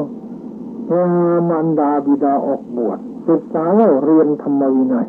เจริญวิปัสสนากรรมฐานไปไม่ช้าไม่นานท่านก็ได้ทราบข่าวว่ามารดาบิดาของท่านจนเดิมแต่เวลาที่ลูกชายบวชแล้วนั้นทรัพย์สมบัติก็ร่อยหลอลงตามลำดับจนถึงกับต้องขอทานเป็นผู้ที่น่าสงสารอย่างยิ่งพอลูกชายบวชได้ประมาณ12 พรรษาเมื่อได้ทราบข่าวว่ามารดาบิดาของท่านยากจนจึงคิดจะลาศึกไปเลี้ยงมารดาบิดาไปทูลลาพระพุทธเจ้าพระองค์ตรัสว่าเป็นพระก็สามารถเลี้ยงมารดาบิดาได้ตั้งแต่นั้นมาเมื่อท่านบิณฑบาตได้ก็นำไปเลี้ยงมารดาบิดาได้สมทานได้ผ้านุ่งผ้าห่มมาก็นำไปให้แก่บิดามารดาท่านมีความกังวลตรนนิบัติบำรุงมารดาบิดาจนตัวเองสุขผอมมีผิวพรรณหม่นหมองเมื่อพระพุทธองค์ทรงทราบตรัสสาธุการถึง3 ครั้งตรัสว่าเธอต้องอยู่ในหนทางที่เราดำเนินมาแล้วทรงเล่าเรื่องสุวรรณศาสตร์ชาดกให้พระสงฆ์ฟังประกอบภิกษุทั้งหลายการเลี้ยงมารดาบิดาเป็นวงของบัณฑิตทั้งหลายแล้วก็ทรงประกาศสัจจะทั้งหลายผลสุดท้ายภิกษุเลี้ยงมารดาบิดาได้เจริญวิปัสสนาตามไปก็ได้รู้แจ้งถึงตลอดอริยสัจสี่สำเร็จเป็นพระโสดาบันเรื่องนี้ที่เห็นได้อย่างเด่นชัดแล้วว่าผู้ที่เลี้ยงมารดาบิดาย่อมได้รับแต่ความ ยกย่องสรรเสริญจากนักปราชญ์และเป็นสิริมงคลแก่ตนเองทั้งภพนี้และภพหน้าสามารถเป็นภาวะปัจจัยให้คนนั้นได้สำเร็จมรรคผลนิพพานดังภิกษุรูปนี้เป็นตัวอย่างอันนี้ก็แสดงถึงพระคุณของพ่อของแม่ว่าเป็นมาอย่างไรเราควรจะได้ทุนน้อมน้ำใจท่านอย่างไรบ้างเท่านี้ก็สมควรแล้วพอเป็นตัวอย่างโดยย่อๆแต่จะยกตัวอย่างมาอีกก็ยังมีอีกเช่นอย่างสุวรรณสามเนี่ยสุวรรณสามนี่พระพุทธเจ้าของเราสวยพระชาติเป็นดาบทชื่อว่าสุวรรณสามอาศัยอยู่ในอาสมใกล้ฝั่งแม่น้ำชื่อมิขสัมมัตตาในกรุงพาราณสีปฏิบัติมารดาบิดาของตนผู้ตาบอดโดยความเคารพนับนอบเป็นอย่างดีในสมัยนั้นพระเจ้าแผ่นดินกรุงพาราณสีนามว่ากบิลยะมอบราชสมบัติให้แก่มารดาด้วยความโลภในเนื้อเสด็จไปสู่ป่าหิมพานต์ทรงฆ่าเนื้อสวยด้วยพระองค์เองพอถึงที่อยู่ของดาบททรงพบรอยเท้าเนื้อที่ท่าตักน้ำดื่มของสามัญดาบททรงทำซุ้มเหล็กกิ่งไม้ซ่อนพระองค์อยู่ทรงเห็นสามัญดาบทแวดล้อมไปด้วยหมู่เนื้อมาอาบน้ำจึงยิงด้วยลูกศรอันกำราบด้วยยาพิษพระโพธิสัตว์ล้มลงนอนสอบถามบุคคลผู้ทำผิดด้วยกล่าววาจาอย่างอ่อนหวานพระราชาทรงสดับวาจานั้นทรงดำริว่าผู้นี้แม้ถูกเรายิงล้มลงแล้วยังไม่ด่ายังไม่ปริพาทเรากลับร้องเรียกด้วยถ้อยคำอันไพเราะน่ารักน่าสงสารน่าอินดูแล้วเสด็จไปหาสามัญดาบทนั้นเห็นสามัญดาบทประสบทุกข์เพราะองค์ทรงกันแสงในการนั้นเทพธิดาชื่อสุนทรีผู้อยู่ประจำเขาคันธมาศเคยเป็นบรรดาของมหาสัตว์ในอดีตภาพที่เจ็ดรู้เหตุนั้นแล้วจึงคิดว่าถ้าเราจักไม่ไปณที่นั้นไซพ่อสามะบุตรของเราจักตายเมื่อเขาตายแล้วมารดาบิดาจักไม่มีอาหารจักสู้พร้อมและตายไปตามกันแม้พระราชาก็จักมีหฤทัยแตกสวรรคตแต่เมื่อเราไปแล้วพระราชาจักเสด็จไปสู่อาสมนำมารดาบิดาของพ่อสามะมาครั้นมารดาบิดาถึงแล้วก็จะทำสัจจกิริยาแม้เราก็จะทำบุตรของเราก็รอดชีวิตด้วยอาการอย่างนี้เมื่อมารดาบิดาผู้ตาบอดก็จะกลับตาดีพระราชาทรงสดับธรรมเทศนาแล้วจะเสด็จไปสู่พระนครทรงบำเพ็ญมีระบุญมีทานศีลเป็นต้นครองราชสมบัติโดยธรรมแล้วจะไปเกิดในสวรรค์ดังนี้แล้วณที่นั้นมีกายไม่ปรากฏและไปณที่นั้นมีกายไม่ปรากฏยืนอยู่ในอากาศกล่าวว่ามหาราชเจ้าพระองค์ทรงเลี้ยงมารดาบิดาของพ่อสามะทั้งสองผู้มีตาบอดเหมือนดังพ่อสามะเถิดเมื่อเป็นเช่นนั้นพระองค์จะไปสู่สุคติพระราชาสดับคำนั้นแล้วเสด็จไปยังอาสมเพื่อบำรุงมารดาบิดาของพ่อสามะนั้นตรัสบอกเรื่องราวนั้นทั้งหมดเมื่อมารดาบิดาของพ่อสามะทูลว่ามหาราชเจ้าถ้าอย่างนั้นขอพระองค์โปรดนำข้าพเจ้าทั้งสองไปณที่นั้นด้วยเถิดพระราชาได้ทรงทำอย่างนั้นแล้วโยมาตรังติตรังวามัตโตธรรมเมนะโปสติเทวาปินังติจิตขันติมาตาติติพรังนารังโยมาตรังติตรังวามัตโตธรรมเมนะโปสติอิเทวนังแต่สังสันติเปรติสัพเพมโมทตินรชนเลี้ยงมารดาบิดาโดยธรรมะเทพดาทั้งหลายก็ช่วยแก้ไขบุคคลนั้นนรชนใดเลี้ยงมารดาบิดาโดยธรรมะนักปราชญ์ทั้งหลายย่อมสรรเสริญนรชนนั้นในโลกนี้เองนรชนนั้นตายแล้วย่อมบันเทิงอยู่ในสวรรค์ผลที่สุดพระราชามีภาคฤทัยดีทรงสมาทานศีลห้าทรงไหว้พระโพธิสัตว์ทรงบำเพ็ญมีทานเป็นต้นทรงครองราชสมบัติโดยธรรมะในเวลาสิ้นพระชนมายุได้เสด็จถึงสวรรค์เข้าถึงสวรรค์ส่วนพ่อสามะยังฌานอภิญญาให้เกิดแล้วเข้าถึงพรหมโลกพร้อมกับมารดาบิดานิทานเรื่องนี้สอนให้รู้ว่าลูกที่ปฏิบัติมารดาบิดาย่อมพ้นจากความทุกข์ได้รับความสุขทั้งในชาตินี้และชาติหน้าเรื่องพระสารีบุตรเถระพราหมณ์คนหนึ่งชื่อราธะอยู่ในกรุงราชคฤห์บุตรภรรยาไม่นับถือจึงไปสู่เวรุวันของหอบรรพชาภิกษุบางพวกเห็นว่าพราหมณ์คนนี้แก่ไปไม่อยากจะบวชให้ พระศาสดาทรงทราบเหตุนั้นแล้วแต่ว่าภิกษุทั้งหลายใครระลึกถึงอุปการะคุณของพราหมณ์นั้นได้พระสารีบุตรกราบทูลว่าข้าแต่พระองค์ผู้เจริญข้าพระองค์ระลึกได้คือพราหมณ์นี้ได้สั่งให้เขาถวายอาหารแก่ข้าพระองค์ทัพทีหนึ่งพระเจ้าข้าพระศาสดาตรัสว่าสาธุสารีบุตรสัตบุรุษทั้งหลายเป็นผู้กตัญญูเป็นผู้กตเวทีสารีบุตรถ้ากระนั้นเธอจงให้พราหมณ์นั้นบวชเถิดจงให้พราหมณ์นั้นอุปสมบทเถิดท่านสารีบุตรให้ราชพราหมณ์นั้นบวชแล้วพาไปอยู่ในอาวาสของตนถวายบิณฑบาตอันประณีตซึ่งเป็นส่วนของตนแก่ท่านสอนวิปัสสนากรรมฐานให้ไม่ช้าไม่นานลาภภิกษุก็ได้สำเร็จเป็นพระอรหันต์เพราะนั้นพระสงฆ์ได้ประชุมสนทนากันว่าพระสารีบุตรเถระเป็นผู้กตัญญูกตเวทีพระศาสดาทรงสดับคำนั้นตรัสว่าพระสารีบุตรเป็นผู้กตัญญูกตเวทีในชาตินี้เท่านั้นหาไม่ได้แม้ในชาติก่อนสารีบุตรเกิดเป็นช้างก็เป็นผู้กตัญญูกตเวทีเหมือนกันแล้วตรัสอรีนจิตชาดกในปฐมวรรคทุกนิบาตนิทานเรื่องนี้เชื่อเห็นได้อย่างเด่นชัดแล้วว่าบุคคลผู้กตัญญูกตเวทีเป็นบุคคลหาได้ยากแท้และเป็นมงคลอันสูงสุดแก่ผู้นั้นเองนักปราชญ์ทั้งหลายมีพระพุทธเจ้าเป็นต้นแต่ก็ได้ยกย่องสรรเสริญไว้เทวดาก็ชมพรหมก็สรรเสริญเพื่อว่าเป็นผู้ดำเนินตามวงของนักปราชญ์แม้พระอานนท์เถระเจ้าก็เหมือนกันพระเถระมีสัตถีหาฤทธิ์ประมาณ500รูปภิกษุหนุ่มรูปหนึ่งเป็นผู้มีอุปการะแก่ท่านมากขยันปฏิบัติอุปถากท่านคือกวาดบริเวณตั้งนั้นให้น้ำฉันนั้นถวายไม้ชำระฟันน้ำล้างหน้าและน้ำอาบชำระเวทกุฎีเรือนไฟหรือนาสนะนวดมือ นวดเท้านวดหลังเป็นต้นวันหนึ่งพระเถระไปสอนธรรมะในวังของพระเจ้าโกศลพระเจ้าโกศลถวายผ้าสามบกมา500 ผืนท่านได้ถวายแก่ภิกษุนมรูปนั้นทั้งหมดเพราะเห็นว่าท่านเป็นผู้มีอุปการะมากภิกษุนมนั้นได้แบ่งผ้าสามบกทั้งหมดถวายแก่ภิกษุผู้ร่วมอุปชาของตนภิกษุเหล่านั้นทำเป็นจีวรนุ่งและห่มแล้วไปสู่สำนักพระบรมศาสดาถวายบังคมแล้วกราบทูลว่าข้าแต่พระองค์ผู้เจริญเพื่อการให้พระเห็นแก่หน้าของพระโสดาบันยังมีอยู่หรือพระพุทธองค์ตรัสตอบว่าไม่มีภิกษุทั้งหลายภิกษุนั้นกราบทูลว่าข้าแต่พระองค์ผู้เจริญพระอนันตเถระพระอุปชาของข้าพระองค์ให้ผ้า500 ผืนแก่ภิกษุหนุ่มรูปเดียวเท่านั้นภิกษุนั้นก็ได้ให้ผ้าที่ตนได้แก่ข้าพระองค์พระศาสดาตรัสว่าภิกษุทั้งหลายอานนท์นั้นไม่ได้ให้เพราะเห็นแก่หน้าแต่ว่าภิกษุนั้นเป็นผู้มีอุปการะมากแก่เธอเพราะฉะนั้นเธอจึงให้แก่ภิกษุผู้มีอุปการะมากแก่ตนที่เป็นเช่นนั้นก็เพราะเหตุ3 ประการคือเพราะมีอุปการะเพราะคุณงามความดีและเพราะความพอใจการทำอุปการะตอบแก่ผู้ที่ทำอุปการะย่อมสมควรแท้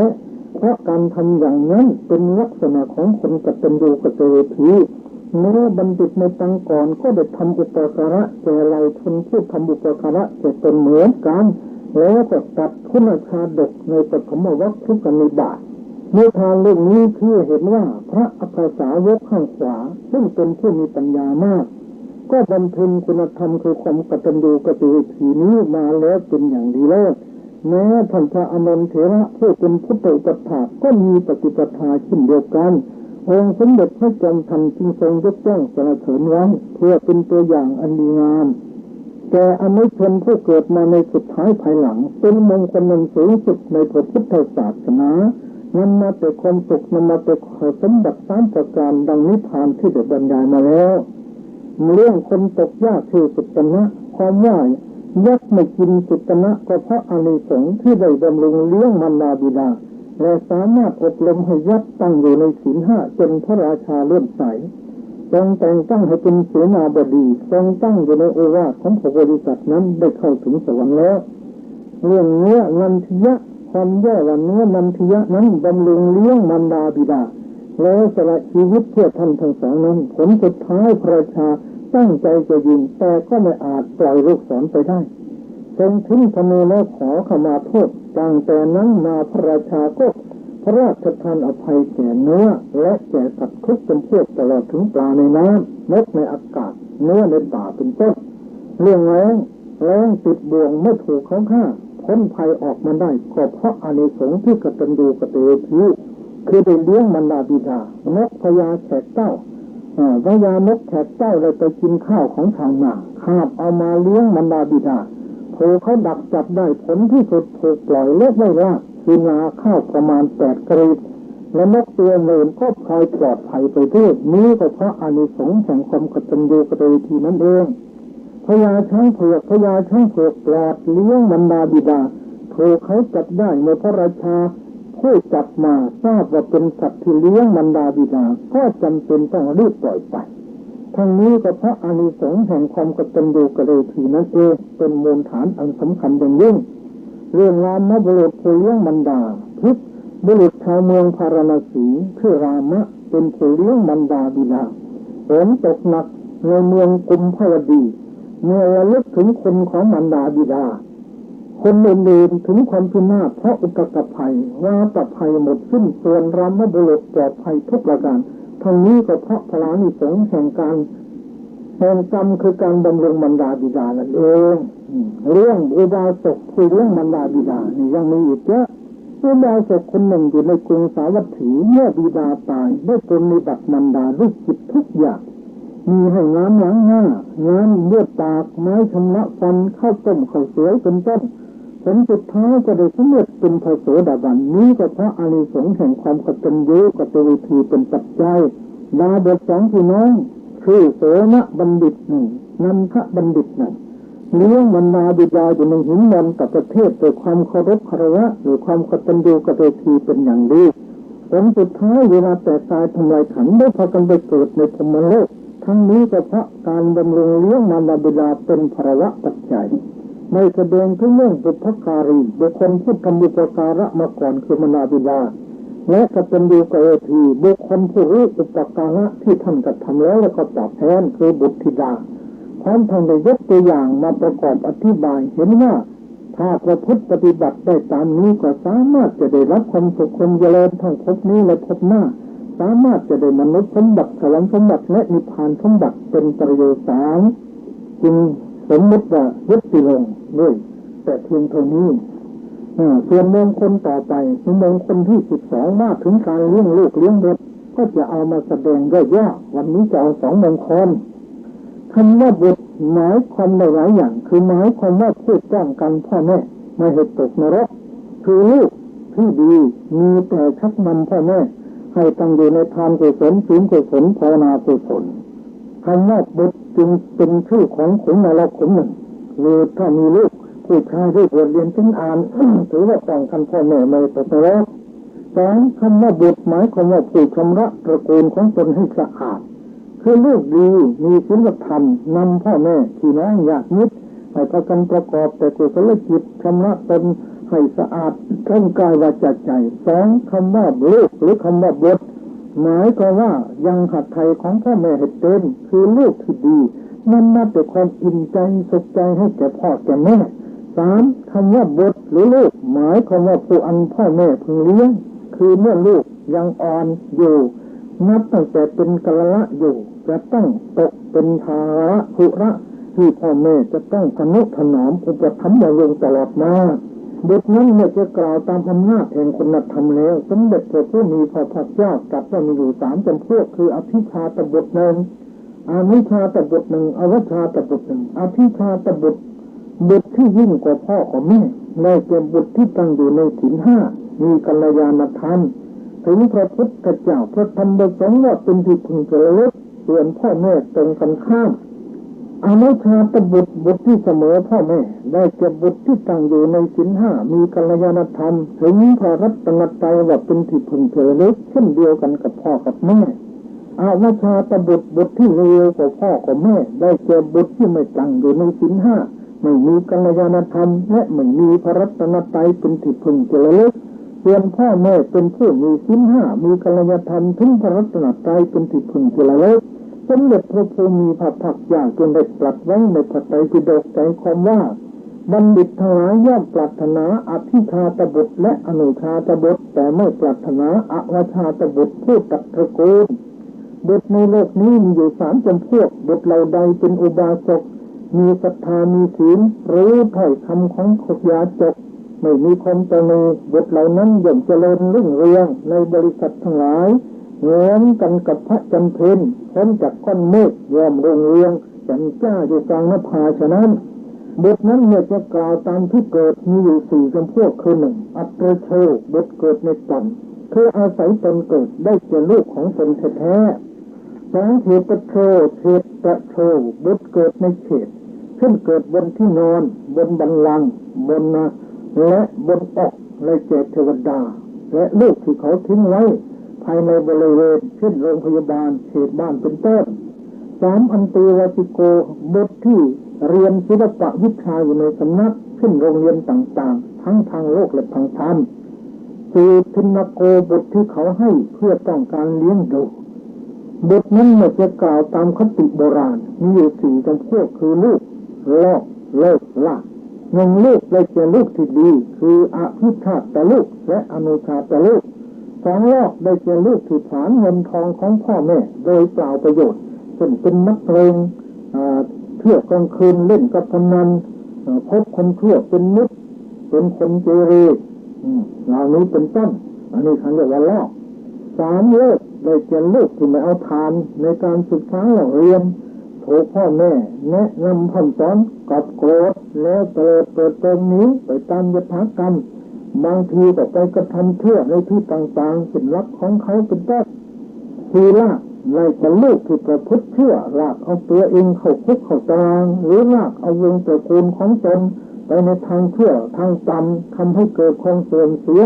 นานาประการแก่พ่อแก่แม่ในการเลี้ยงดูบุตรหรือสงเคราะห์บุตรนั้นมีอยู่สองประการคือหนึ่งสงเคราะห์ในทางโลกสองสงเคราะห์ในทางธรรม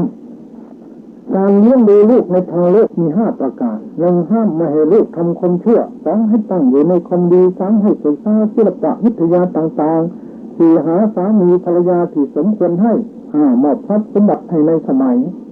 การเลี้ยงดูลูกในทางธรรมมีห้าอย่างหนึ่งพาลูกเข้าวัดเพื่อศึกษาเรียนความรู้ทางศาสนาสองพาลูกไหว้พระสวดมนต์ก่อนเข้านอนทุกวันสามพาลูกทำบุญเช่นตักบาตรเป็นต้นสี่หัดให้ลูกเจริญสมถะและวิปัสสนากรรมฐานห้าให้บวชเป็นสมณเณรเป็นพระแล้วเข้าปฏิบัติกรรมฐานเพื่ออบรมบ่มนิสัยให้ลูกเป็นลูกที่ดีของพ่อของแม่ให้รู้จักศีลธรรมอารยธรรมวัฒนธรรมของชาวพุทธในการเลี้ยงลูกและสงเคราะห์ลูกเป็นมงคลอย่างไรหนึ่งสร้างลูกให้เป็นคนดีสองสร้างลูกให้เป็นพลเมืองดีของประเทศชาติสามสร้างลูกให้เป็นพ่อพิมพ์แม่พิมพ์ที่ดีของลูกต่อไปสี่สร้างลูกให้ได้สมบัติสามคือมนุษย์สมบัติสวรรค์สมบัตินิพพานสมบัติห้าสร้างลูกให้ได้ประโยชน์สามประโยชน์โลกนี้ประโยชน์โลกหน้าประโยชน์อย่างยิ่งหกเป็นมหากุศลซึ่งแก่ตนและลูกหลานเหลนเกิดชื่อว่าได้ช่วยกันจำลองไว้ซึ่งสัตธรรมทั้งสามให้ดำรงสถิตภาพอยู่ตลอดกาลนานแปดชื่อว่าสร้างลูกให้เป็นคนมีวัฒนธรรมมีศีลธรรมและกัลยาณธรรมเก้าเทวดาก็ชมพงศ์ก็สรรเสริญตัวอย่างประกอบในเมืองคนนี้มีดังนี้คือลูกของอนาถบิณกเศรษฐีพ่อจ้างให้ไปรับศีลจ้างให้ฟังธรรมะและจ้างให้เจริญกรรมฐานจนได้เป็นโสดาบันถูกจำพ่อเรียกว่าอนุชาตลูกเบื้องแรกไม่เอาทานพระพุทธเจ้าไปบ้านก็ไม่สนคนนี้เป็นพ่อก็เราเป็นพ่อจะปล่อยให้ลูกเสียเลยเหรอพยายามทุกวิธีทางจนเขาต้องจ้างลูกให้ได้เป็นพระโสดานั่นแหละนี่ก็เพราะคุณของพ่อมีวิธีเลี้ยงลูกสองลูกสาวคนเล็กของนาถบิณกเศรษฐีเป็นลูกที่ดีมีศีลธรรมมีกัลยาณธรรมนำตนเข้าวิปัสสนาจนได้สำเร็จเป็นพระสกิทาคามีเรียกว่าอติชาตลูกพ่อเป็นโสดาลูกเป็นอนาคามเป็นสกิทาคามีอย่างนี้เรียกว่าอธิชาตลูกลูกยิ่งกว่าพ่อกับแม่สามพระรัฐบาลขอลาพ่อแม่ออกบวชจนได้เป็นพระอรหันต์สี่พระสารีบุตรชักนำพ่อแม่ให้ได้เจริญกรรมฐานจนเป็นพระโสดาบันเบื้องแรกพ่อกับแม่โกรธพ่อโกรธแม่โกรธหาว่าพวกพระเอาลูกฉันไปบวชเป็นคนใช้หมดผลสุดท้ายก่อนที่จะนิพพานพระสารีบุตรได้มาโปรดแม่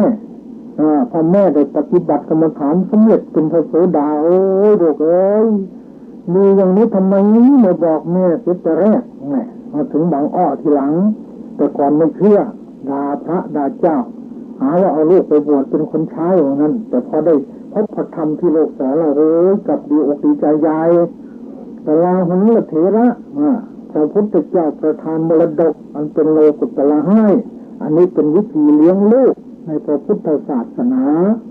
ถือว่าเป็นมงคลอันหนึ่งอันนี้ได้ปฏิบัติธรรมะสองมงคลมงคลที่หนึ่งเลี้ยงพ่อเลี้ยงแม่มงคลที่สองเลี้ยงลูกหรือเลี้ยงบุตรมงคลที่13ก็ภรรยาซึ่งจะได้เทศต่อไปวันนี้เทศของมงคลก็สมควรเสียเวลาแล้วท่านญาติโยมสาธุชนผู้ใจบุญทั้งหลายพระคุณของพ่อพระคุณของแม่เหลือที่จะนับเหลือที่จะประมาณผู้ใดเป็นมิตรอุปถากพ่อแม่ดีผู้นั้นก็เป็นบุญเป็นกุศลเพราะฉะนั้นเราท่านทั้งหลายสมควรที่จะนำลูกนำหลานของเราให้เป็นคนกตัญญูกตเวทีเพราะพ่อกับแม่มีบุญคุณต่อลูกมากเราจะหาวิธีใดหนอที่จะอบรมลูกหลานของเราให้เป็นผู้ตระหนักมั่นในความกตัญญูกตเวทีโบราณท่านว่าแม่จ๋าเพราะคนนั้นจะหาสิ่งใดเหมือนน้ำใจแม่เชิดช่วงเหมือนเดินเดือนเตือนให้ลูกกตัญญูไม่รู้วายรักอะไรถึงจะแท้ทำแม่รักโอกสมัครสายเลือดไม่หดหายรักอื่นยังติดจับว่ารักใครติดจังง่ายไม่กีรังเหมือนบรรดาจะเปรียบเทียบสิ่งใดย่อมไม่ได้เพราะคุณแม่นั้นไส้มากหนักหนาแม่อยู่อุ่นใจลูกทุกเวลาได้เห็นหน้าแสนชื่นละลื่นใจมีพระคุณของแม่พระคุณของพ่อยามกินแม่ก็ให้กินกับมือแม่ยามอ้อแอแม่รักจัดถนอมยามร้องให้แม่ก็ใส่ใจประนอมจะขมุกขมอมแม่จะชำระกายอันนี้พระคุณของแม่มีมากเหลือที่จะนับจะประมาณเพราะฉะนั้นลูกทำอย่างไรหนอจึงจะรู้จักพระคุณของแม่ยามหลับแม่ก็เคยจัดเปลคอยกวักสารพัดเพลงการงานขยายกล่อมเจ้าให้เขานิทราสบายทุกข์หรือภัยแต่สักนิดคอยจิตกันเจ้าอยู่สุขแม่สุขคอยตามเจ้าคำทุกข์เจ้าแม่ทุกข์สุขหายหันขวนขวายรนหาสุขทุกคืนวันแม่ที่วันแม่จะขาดไม่ขาดเลยแล้วที่จะอภัยให้ทุกเมื่อรักไม่เบื่อเกลียดไม่ลงเพราะสงสารนึกเมื่อตอนอุ้มท้องต้องทรมานให้เดินทางจากสวงอกพกช้ำมา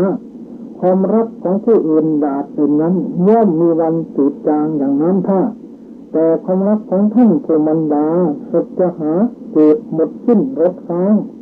ชั่วก็รักดีก็รักหนักเป็นห่วงรักจงดวงจิตจริงไม่ทิ้งคว้าง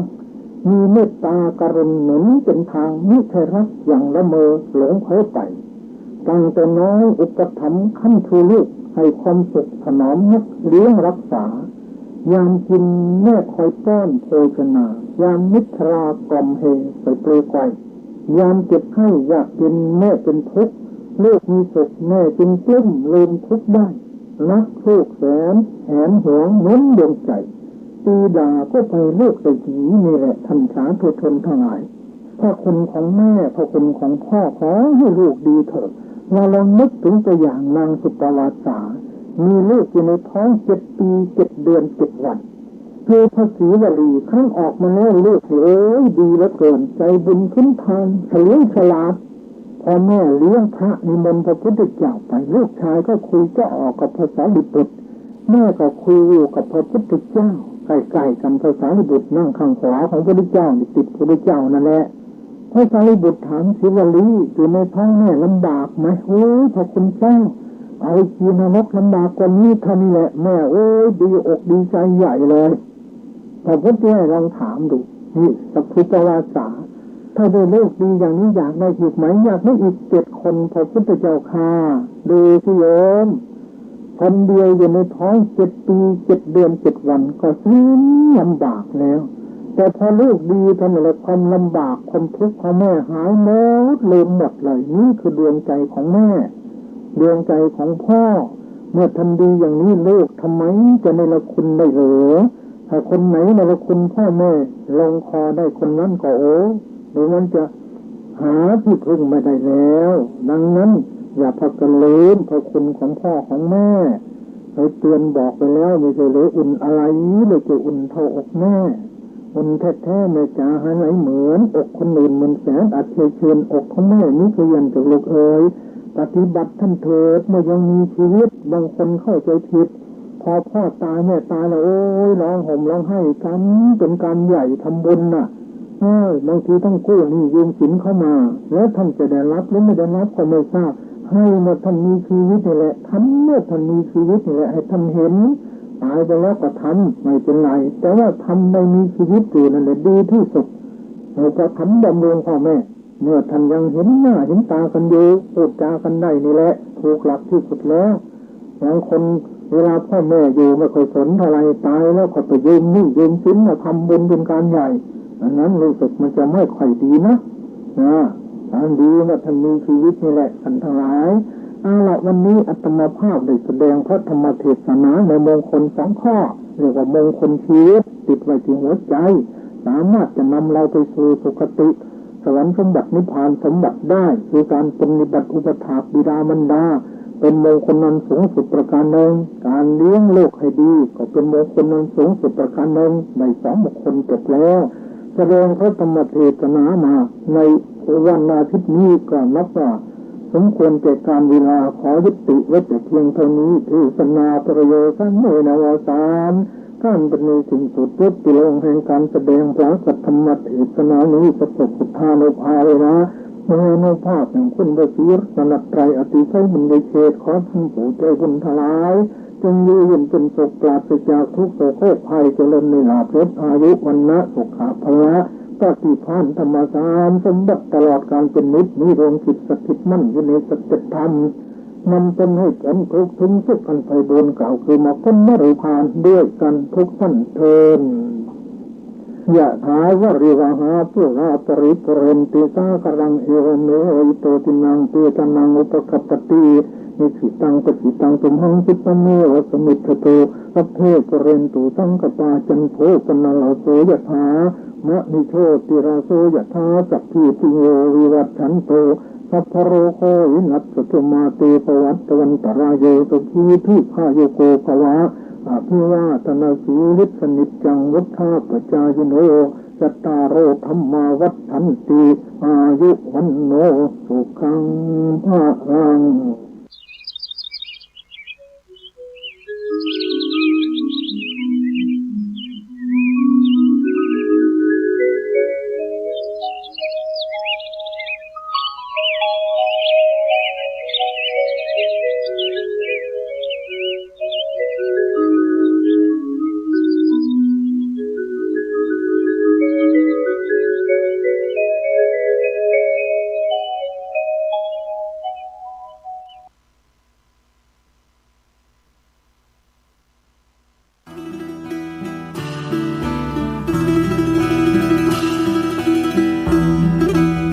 เปลวเทียนให้แสงป่าไม้แดงให้ความรู้คณะสงฆ์อำเภอชัยประการร่วมกับโรงเรียนพระปริยัติธรรมวัดป่าไม้แดงขอเชิญชวนศรัทธาสาธุชนทุกท่านนำบุตรหลานเข้าร่วมโครงการบรรพชาอุปสมบทภาคฤดูร้อนเฉลิมพระเกียรติรุ่นที่33ระหว่างวันที่ 7-13 เมษายน 2568เพื่อศึกษาพระธรรมและเป็นศาสนทายาทสืบทอดอายุพระพุทธศาสนาณวัดป่าไม้แดงตำบลหนองบัวอำเภอชัยประการจังหวัดเชียงใหม่โอกาสทางการศึกษาเรียนต่อระดับประถมศึกษาป .1 ถึงป .6 หรือมัธยมศึกษาม .1 ถึงม .6 สิทธิพิเศษสำหรับผู้เข้าร่วมบวชฟรีเรียนฟรีที่พักฟรีมีรถรับส่งฟรีมีทุนการศึกษาพร้อมเปิดประตูสู่อนาคตที่ดีร่วมสร้างคนดีสู่สังคมและรักษาแก่นพระพุทธศาสนาสนใจสมัครบวชหรือติดต่อสอบถามเพิ่มเติมได้ที่ 089-852-3498 พระครูวรสุตเขตดร.ผู้อำนวยการหรือที่โรงเรียนพระปริยัติธรรมวัดป่าไม้แดงเจ้าอาวาสทุกวัดในอำเภอชัยประการและกำนันผู้ใหญ่บ้านในอำเภอชัยประการมาร่วมปลูกฝังศีลธรรมเพื่ออนาคตของชาติเปลวเทียนให้แสงป่าไม้แดงให้โอกาสทางชีวิต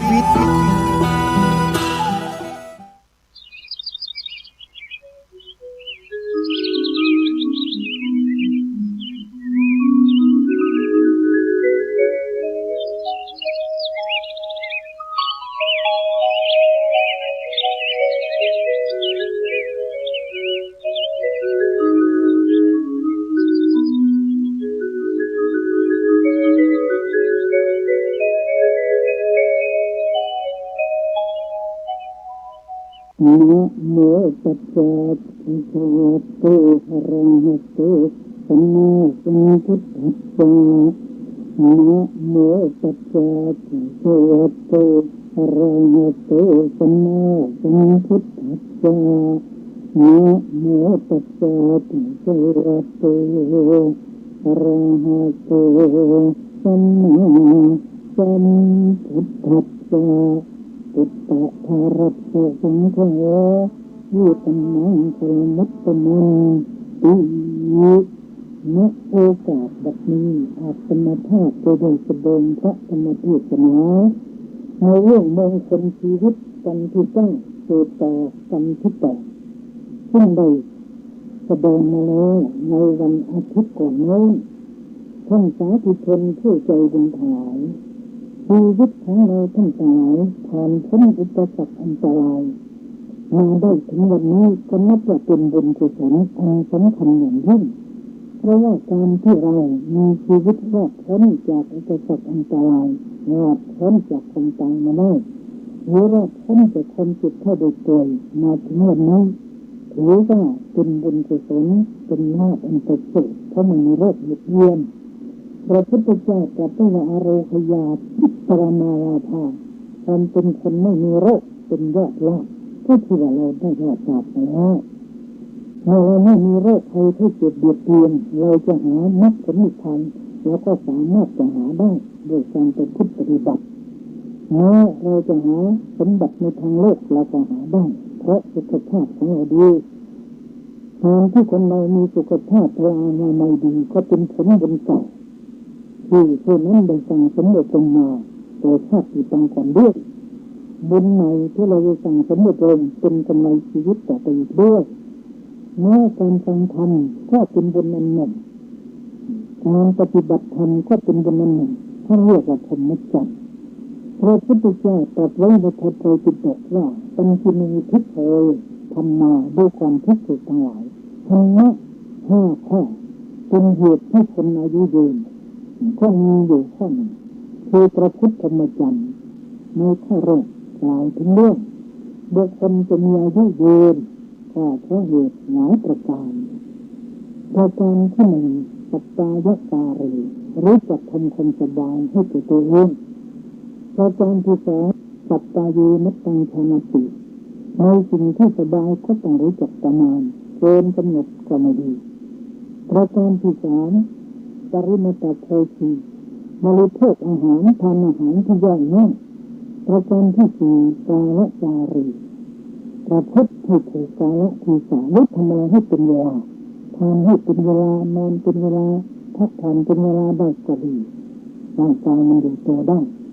ประการที่ห้าธรรมจารีประพฤติธรรมจักรก็คือปฏิบัติธรรมะในตัวธรรมจักรศึกษาทานวิยาวัจจะนัยการรักษาศีลห้าศีลแปดการไหว้พระสวดมนต์เจริญกรรมฐานเป็นต้นแม้การฟังธรรมะก็เกี่ยวกับพุทธธรรมจักรเป็นเหตุให้เกิดเป็นกุศลด้วยนั่นมงคลชีวิตติดไว้ที่หัวใจของเราทั้งหลายก็คือบุญกุศลนั่นเองผู้ใดมีบุญมากคนนั้นก็มีมงคลชีวิตมากหลวงพ่อเจ้าคุณเทพพุทธาจารย์จังหวัดสุพรรณบุรีทำบุญวันเกิด100 ปีของท่านอายุครบ100 ปีเมืองทั้งเมืองลุกขึ้นไปถวายของท่องแท้เลยเดินบิณฑบาตทุกวันมีทางผลบุญเก่าของท่านสั่งมาดีดังนั้นเราทั้งหลายภายในพรรษานี้เราก็ควรจะได้สร้างบุญกุศลให้มากเห็นโยมวัดนัดธาตุรักษาบริสุทธิ์เพิ่มขึ้นอีกเป็นวัน8 ค่ำมาพากันมาอยู่ตั้งแต่วัน7 ค่ำนะ8 ค่ำวัน7 ค่ำวันรับ8 ค่ำวันองค์9 ค่ำวันทรงอยู่นอนเอากันเลยปฏิบัติกันเป็นที่อย่างนี้หาได้ยาก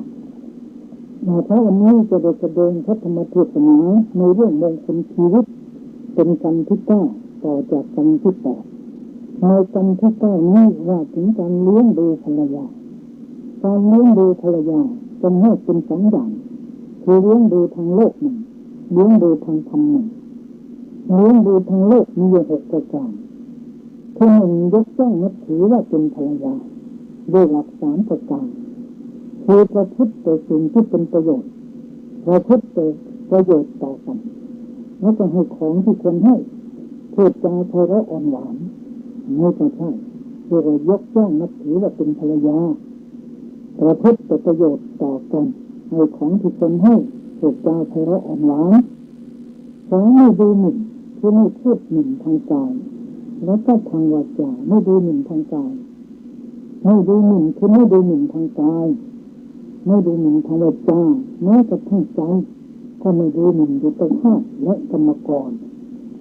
ไม่ประพฤติเรื่องเกินคือไม่นอกใจกันและกัน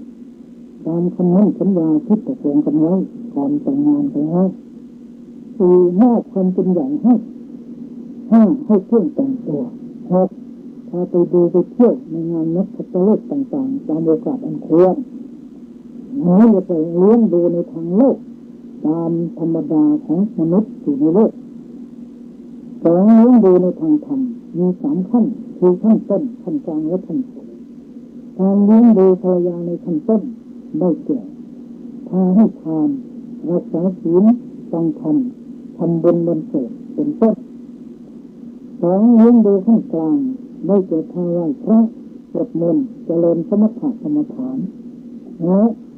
แนะนำขั้นสอนในประโยชน์ทั้ง3ตามสมควรแก่หน้าที่เลี้ยงดูขั้นสูงได้แก่พาไปเข้าวัดเจริญกรรมฐานเมื่อภรรยาได้รับการสงเคราะห์เลี้ยงดูเช่นนี้แล้วก็พึงทำการตอบแทนสามีด้วยสถานห้าคือจัดการงานดีอยู่เป็นข้อหนึ่งสงเคราะห์คนข้างเคียงดีคือสงเคราะห์ด้วยหลัก3 ประการให้เกิดพูดจาไพเราะอ่อนหวานให้ได้โภชนะอาหารสิ่งของที่รักส่งสิ่งของที่รักไปให้ในวันมงคลขึ้นวันเกิดวันขึ้นปีใหม่เป็นต้นไม่ประพฤตินอกใจหรือไม่ประพฤติเลื่อนใจคือรักษาทรัพย์ที่สามีหามาไว้ได้ขยันไม่เกียจคร้านในกิจการทั้งปวงเรียกว่าภรรยาก็จะต้องตอบแทนให้สามีเป็นคนดีดังที่กล่าวมานี้ถ้าหากว่าทุกคนประพฤติปฏิบัติไปอย่างนี้มันก็เจริญมีโยมตระกูลหนึ่งหรือมันอยู่ที่จังหวัดสุพรรณบุรีอยู่ทางเอทอง2 คนตายายเขาต้องมาเข้ากรรมฐานบ้านคนสนกหรือคนอากาศโทวัดเจริญสุขวิชามาจากโน้นสุพรรณบุรีขึ้นรถตั้ง2, 3, 4, 5 ต่อกันนี่บางทีถูกเขาเรียกกระเป๋าเครื่องคนสนกต้องให้พารถกลับบ้านกันบอกว่าตั้งแต่แต่งงานกันมาไม่เคยทะเลาะวิวาทกันเลยจนกระทั่งโลกเป็นหลักเป็นฐานหมดนะ2 คนตายายกับกันเข้าวัดไหว้พระสวดมนต์ลูกมานั่งกรรมฐานเป็นประจำงานนี้เรียกว่านำกันถูกทางทำไมโยมทำไมไม่ทะเลาะกันมีเคล็ดลับยังไงบอกว่าจะทำอะไรจะปรึกษากันก่อนถ้าผิดก็ไม่ว่ากันถ้าตกลงพร้อมกันแล้วอย่างนี้และอีกบางคนมีตระกูลหนึ่ง2 คนเขาเมียชอบทะเลาะกันบ่อยหัวคำเมียคำแต่ว่าไม่ลงไม้ลงมือกันหรอกทะเลาะกันด้วยปากของตาของแตกมั่งตาถูกขวดตาถ้วยตาโถนตาอะไรต่างๆก็ไม่ถึงลงไม้ลงมือกันอยู่ด้วยกันมาจนกระทั่งอายุมากสมควรแล้วท่านหนึ่งเมียมาเข้ากรรมฐานที่วัดมหาธาตุถ้ากลับไปผัวก็โกรธเหมือนเดิมมาแหละตาขวดตาแก้แตกเมียไม่พูดเลยกวาดลุกพอ3 วันผัวบอกนี่เธอจะได้ของดีมาจากไหนแต่ก่อนไม่เห็นเป็นอย่างนี้ถ้าเราเล่าให้ฟังมาเข้ามันฐานก็ผัวมาเข้ามันฐานดีแล้วก็ไปไม่มีทะเลาะกันอีกแล้วสบายนะอย่างนี้ก็เพราะพาแฟนเข้าวัดภาวาหาบุญหากุศลหาผลกำไรชีวิตจิตใจก็สบายเมื่อใจสบายแล้วความทะเลาะวิวาทกันก็ไม่เกิดแทนที่จะนอกใจซึ่งกันและกันก็หาได้ยากถ้าหากว่าคนมีธรรมะในใจนั้นจงสงเคราะห์ภรรยาพระพุทธเจ้าจึงถือว่าเป็นมงคลนั้น แต่เมื่อสามีสงเคราะห์ภรรยาก็ต้องตอบกันให้มันคู่ควรแก่กันด้วยดังที่กล่าวมาแล้วทำไมพระพุทธเจ้าจึงตรัสว่าเป็นมงคลให้เราสรุปแล้วจะได้ความอย่างนี้หนึ่งทำให้รักใคร่กันยืดยาวนานไม่แตกแยกสามัคคีกันสองทำให้สมานสามัคคีกันเป็นน้ำหนึ่งใจเดียวกันสามเป็นมหากุศลทั้งเป็นบุญก็คือมงคลชีวิตนั่นเองคือเป็นเหตุให้เจริญโดยทรัพย์ภายนอกและทรัพย์ภายในคืออริยทรัพย์เหมือนอย่างธรรมกะอุบาสกพาลูกพาเมียทำบุญเลยทางสลากพัดปฏิกพัดอุโบสถกพัดพอลูกมีหลักมีฐานลูกก็จะเลินรอยตามพ่อครั้งสุดท้ายเวลาจะตายก็มีเทวดาเอารถมารับมีคนหนึ่งอยู่คนหนึ่งก็ทำนองเดียวกันมีใจบุญคุ้นทางมีศีลมีธรรมเอาข้าวเข้าครัวเข้าวัดพระวาเสร็จแล้วหัวออกไปบวชเสร็จแล้วลูกก็ไปเยี่ยมพ่อไม่เยี่ยมลูกเอาลูกบวชอีกแม่ก็ออกบวชด้วยกันจนได้สำเร็จมรรคผลนิพพานในกันนับทั้งสามพ่อแม่ลูกด้วยมีสมัยพระพุทธเจ้าเป็นพระชนโยแล้วในพระสูตรมีสามีภรรยาคู่หนึ่งพระเจ้าพระพุทธเจ้าภรรยาก็กราบทูลว่าพระพุทธเจ้าข้าแต่เป็นนำฉันให้แต่งงานกับพ่อนี้ไม่เคยทะเลาะวิวาทกันแล้วก็ไม่เคยนอกใจกันแล้วแม้เพียงคิดนอกใจก็ไม่เคยคิดไอ้ผู้ชายก็กราบทูลพระพุทธเจ้าเหมือนกันมาตั้งแต่แต่งงานกับนางนี้แหละก็ไม่เคยทะเลาะวิวาทกันแล้วทำอย่างไรจึงได้พบกันในชาติหน้าพระพุทธเจ้าประกาศว่าสมะศรัทธาจะต้องมีศรัทธาเสมอกันสมาศีลาต้องมีศีลเสมอกันสมาจาคามีการบริจาคเสมอกันสมะปัญญามีปัญญาเสมอกันถ้าได้พบกันด้วยเพราะฉะนั้นการสงเคราะห์กันและกันสามีภรรยาเรียกว่าเป็นมงคลสูงสุดในศาสนาเพราะเหตุดังกล่าวมาคือทำให้รักใคร่กันปรองดองกันทำให้สมานสามัคคีกัน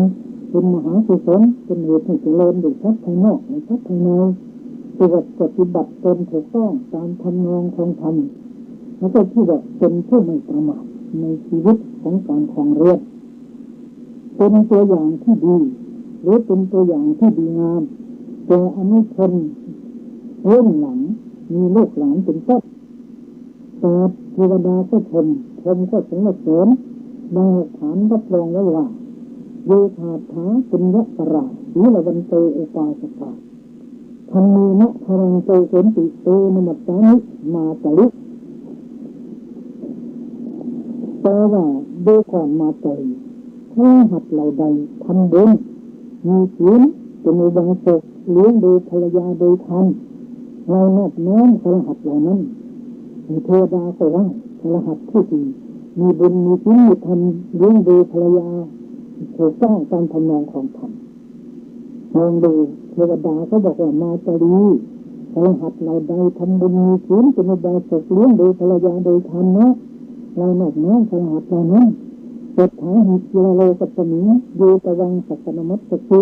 อาหังปิเตนมัสสานิโยนมัสสิราสวะข้าแต่ท้าวาสะท้าวสักกะพระองค์ทรงนอบน้อมพระหัตถ์เราใดไม่ข่าวเล่าลือมาว่าพระหัตถ์เหล่านั้นเป็นผู้ประเสริฐในโลกข้าแต่ท้าวาสวะพระองค์ทรงนอบน้อมพระหัตถ์เราใดข้าพระองค์ก็นอบน้อมพระหัตถ์เหล่านั้น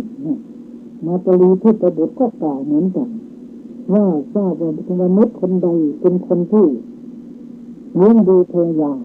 โดยธรรมมาตรีพุทธบุตรก็ว่านมัสการท้าวสักกะก็ว่านมัสการตัวอย่างประกอบในมงคลนี้มีดังนี้คือเรื่องสามีเทวดาและภรรยาเทวดาสามีภรรยาคู่หนึ่งเป็นคนมีศีลธรรมดีมากมีใจเลื่อมใสในพระรัตนตรัยให้ทานรักษาศีล5เป็นนิจรักษาศีล8ตามอนุโบสถปรากฏว่าตั้งแต่แต่งงานแล้วจนกระทั่งแก่เฒ่าชรามาด้วยกันไม่เคยมีการทะเลาะวิวาทกันเลยโลกแต่ละคนก็พากันดำเนินตามปฏิปทาของพ่อและแม่ ตระกูลนั้นมีแต่ความสุขความเจริญรุ่งเรืองขึ้นมาโดยลำดับไม่เคยตกต่ำเลยในวาระสุดท้ายสามีภรรยาคนนั้นเพื่อพากันเจริญวิปัสสนากรรมฐานจนได้ผลเป็นที่พอใจของตนทั้งตนอย่างนี้เรียกว่าโชติปรายโนรุ่งเรืองมาแล้วมีความรุ่งเรืองเป็นที่ไปในเบื้องหน้าหาได้ยากเลยแท้สมควรเป็นตัวอย่างแก่อนุชนรุ่นหลังเป็นอย่างดีสองเรื่องสามีสงเคราะห์ภรรยาดีคุณแม่สตรีนางหนึ่งอายุได้7 ขวบได้ติดตามมารดาบิดาไปวัดเพื่อทำบุญฟังธรรมเสมอครั้งต่อมาเกิดศรัทธาเลื่อมใสเข้าที่จะบวชเป็นนางภิกษุณีแต่มารดาบิดาไม่อนุญาตเพราะมีธิดาคนเดียวไม่มีใครปกครองทรัพย์สมบัติครั้งต่อมาได้แต่งงานกับผู้ชายคนหนึ่งนางไม่ตั้งอกตั้งใจปฏิบัติปฏิบัติเป็นอย่างดีวันหนึ่งเขามีงานมหรสพกันภรรยานั่งห่มตามปกติธรรมดาสามีอนุญาตให้แต่งตัวอย่างเต็มที่เท่าที่จะทำได้นางก็ไม่ยอมทำน้ามหรสพก็ไม่ยอมไปดูสามีถามว่าทำไมน้องจึงไม่แต่งตัวให้สวยงามแล้วไปเที่ยวทำงานกับเขาล่ะนางบอกว่าพี่เอ๋ยร่างกายของเรานี้ถึงจะตกแต่งข้างนอกเท่าไรก็เท่านั้นแหละเหมือนกันกับหม้อที่เป็นประดุมมืดและคูดแล้วเอาผ้ามาห่อคลุมไว้ข้างนอกรอคนโง่ให้ลุ่มหลงเท่านั้นสามีจึงพูดว่าถ้าคุณน้องบวชก็ไม่ดีเลยวันต่อว่าสาธุน้องอยากได้ยินคำนี้มานานแล้วชายคนนั้นก็ตกแต่งจัดแจงเครื่องพยาธารต่างๆมีดอกไม้ถูกเทียมผ้าสบงจีวรเป็นต้นนางไปสู่สำนักสงฆ์ขอบวชเป็นนางภิกษุณีเมื่อบวชแล้วนางได้ตั้งใจรักษาศีลเรียนธรรมะเจริญกรรมฐานไม่ช้าไม่นานก็ได้บรรลุมรรคผลนิพพานเรื่องนี้เชื่อเห็นว่าสามีที่ดีนั้นยังเลี้ยงดูภรรยาทั้งทางโลกและทางธรรมนำกันเข้าสู่บุญกุศลขั้นต้นขั้นกลางและขั้นสูงสุดอย่างนี้จึงจะเป็นมงคลอันสูงสุดตามที่สมเด็จพระพุทธเจ้าเจ้าได้ตรัสไว้นั้นการปฏิบัติหรือการเลี้ยงดูภรรยาจึงถือว่าเป็นมงคลการเลี้ยงดูบุตรก็เป็นมงคลการไม่ประทานบำรุงพ่อแม่ก็เป็นมงคลขอยุติมงคลที่13ไม่เป็นเพียงเท่านี้จะขึ้นมงคลที่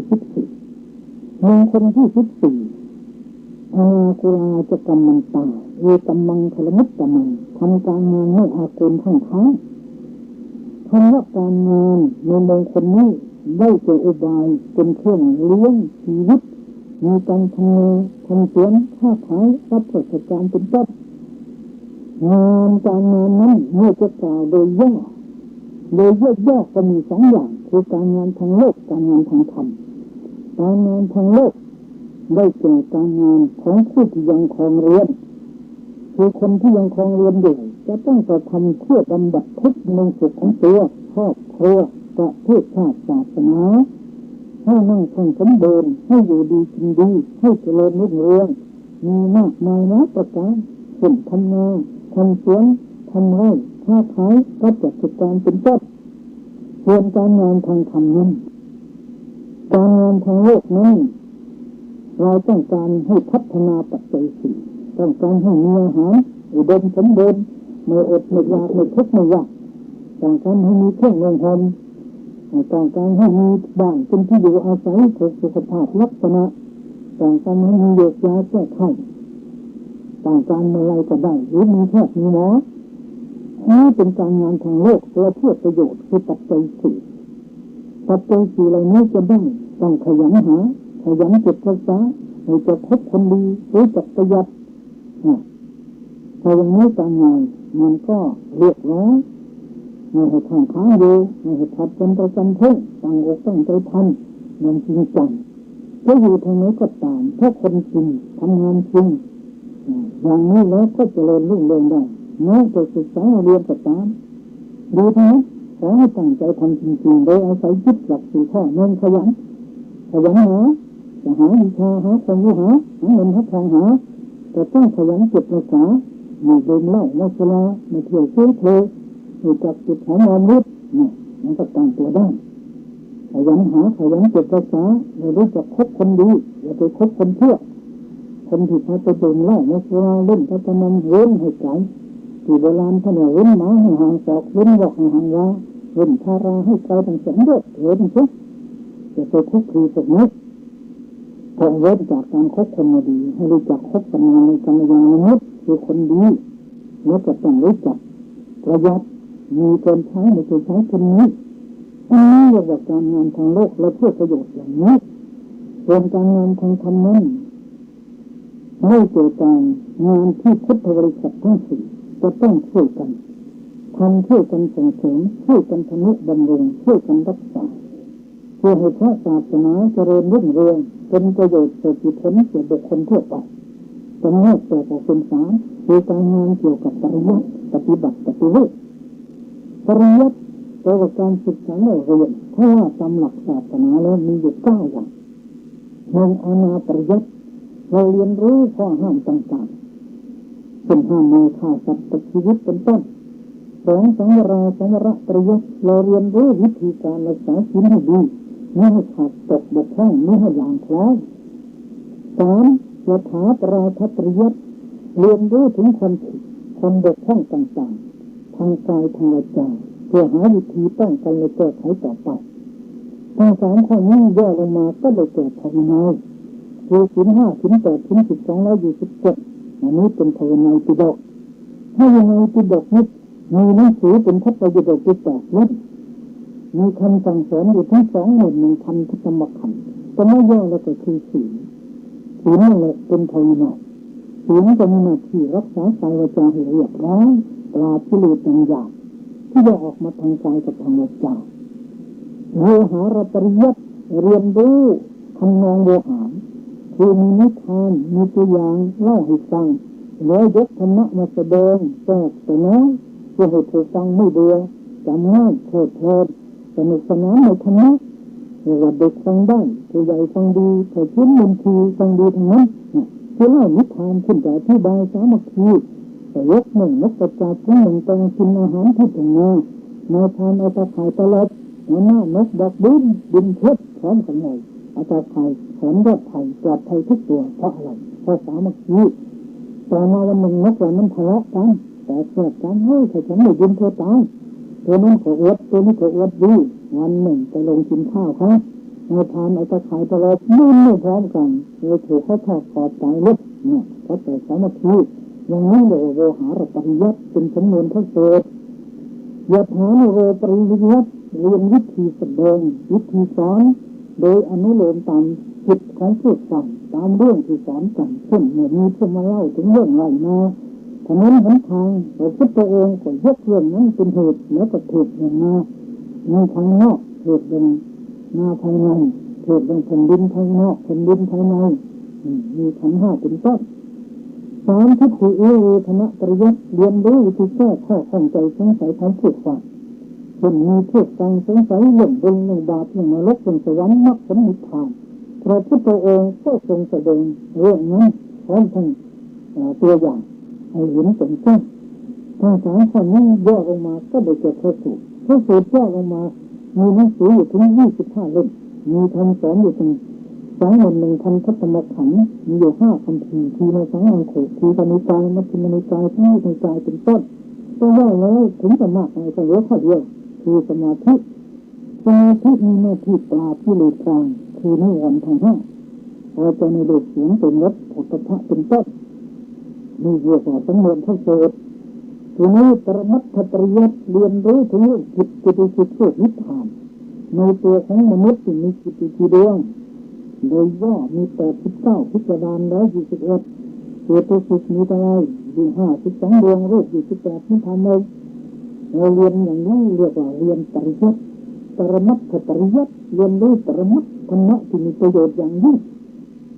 สองยถาธรรมะปริยัติเรียนรู้สภาวธรรมที่เกิดขึ้นพร้อมกันดับไปพร้อมกันเช่นขันธ์ห้าเป็นต้นตัวอย่างขณะที่โยมได้ยินเสียงอาตมาเทศมีขันธ์ห้าเกิดหรือยังเกิดแล้วขันธ์ห้ามันเกิดทางไหนเกิดทางตาหูจมูกลิ้นกายใจเกิดเมื่อไหร่เกิดเมื่อตาเห็นรูปหูได้ยินเสียงจมูกได้กลิ่นลิ้นได้รสกายถูกต้องเย็นร้อนอ่อนแข็งเช่นขณะอาตมาเทศ โยมได้ยินเสียงขันธ์ห้าเกิดแล้วยังเกิดแล้วตรงไหนเป็นรูปเสียงของอาตมากับหูโยมเป็นรูปในรูปขันธ์แล้วเมื่อโยมได้ยินเสียงอาตมาสบายใจนี่เป็นเวทนาขันธ์แล้วโยมจำได้ว่าอาตมาเทศน์เรื่องมงคลชีวิตนี่เป็นสัญญาขันธ์ต้องเห็นว่าอาตมาเทศน์ดีหรือเทศน์ไม่ดีเทศน์ช้าเทศน์เร็วเข้าใจไม่เข้าใจในสังขารขันธ์ผู้ที่ได้ยินว่าในวิญญาณที่จิตครบห้าขันธ์พอดีอย่างนี้แล้วเดี๋ยวนี้ทั้งห้าเกิดเนี่ยมันก็ดับแล้วเกิดขึ้นตั้งอยู่ดับไปทางตาก็เหมือนกันหูกับตาเป็นรูป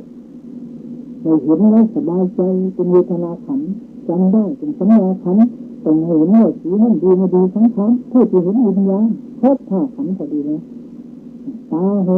จมูกได้กลิ่นหอมเหม็นก็เหมือนกันขันธ์ห้าเกิดแล้วตรงนี้เป็นรูปกลิ่นกับจมูกเป็นรูป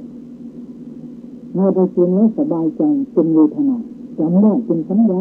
ตรงนี้เห็นว่าดีไม่ดีเป็นสังขารผู้ที่รู้วิญญาณผู้ที่ได้กลิ่นวิญญาณลิ้นได้รสก็เหมือนกันลิ้นกับรสเป็นรูปเมื่อได้รสแล้วชอบใจเป็นเวทนาขันธ์จำได้เป็นสัญญาขันธ์ตรงนี้เห็นว่ารสเนี่ยอะไรดีไม่ดีเป็นสังขารขันธ์ผู้ที่รู้เป็นวิญญาณกายถูกต้องยินบ้างอ่อนแข็งขันธ์ห้าไปแล้วขึ้นขันธ์นี้โยมนั่งอยู่กับเก้าอี้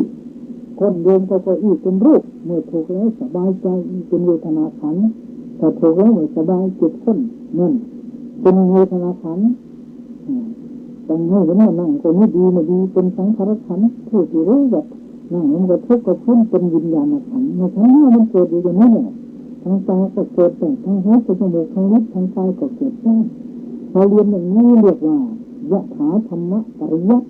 เรียนรู้ธรรมะที่เกิดขึ้นพร้อมกันดับไปพร้อมกันมีขันธ์ห้าเป็นต้นสามนามะรูปะปริเฉทปริยัติเรียนวิธีแยกรูปกับนามพิจารณารูปนามขึ้นตาเห็นรูปข้างหนึ่งรูปนามเกิดแล้วเกิดแล้วสีกับตาเป็นรูปเห็นเป็นนามหูได้ยินเสียงข้างหนึ่งรูปนามเกิดแล้วเกิดแล้วเสียงกับหูเป็นรูปได้ยินเป็นนามจมูกกับกลิ่นเกิดขึ้นข้างหนึ่งรูปนามเกิดแล้วเกิดแล้วกลิ่นกับจมูกเป็นรูปรู้กลิ่นเป็นนามลิ้นกับรสยาทานอาหารเวลาลิ้นกับรสกับทุกกันขันธ์ห้าเกิดแล้วเกิดแล้วตรงไหนเป็นรูปลิ้นกับรสเป็นรูปรู้แล้วเป็นนามนั่งตรงนี้กายถูกต้องยินบ้านอ่อนแข็งอะไรถูกเป็นรูปเรียกถูกเป็นนามไม่ใช่แต่รูปแต่นามแยกออกอย่างนี้ให้เห็นคนไม่เป็นคนเห็นคนสักแต่ว่ารูปกับนามอย่างนั้นเรียกว่านามะโอปะปริเฉทปริยัติเป็นวิธีปฏิบัติสมถะ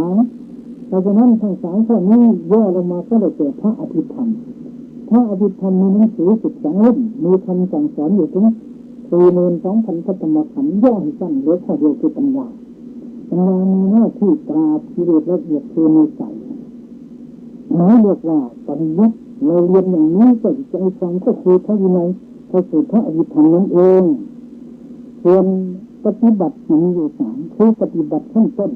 เราจะให้ทานบูชาด้วยดอกไม้ถูกเทียนรักษาศีลฟังธรรม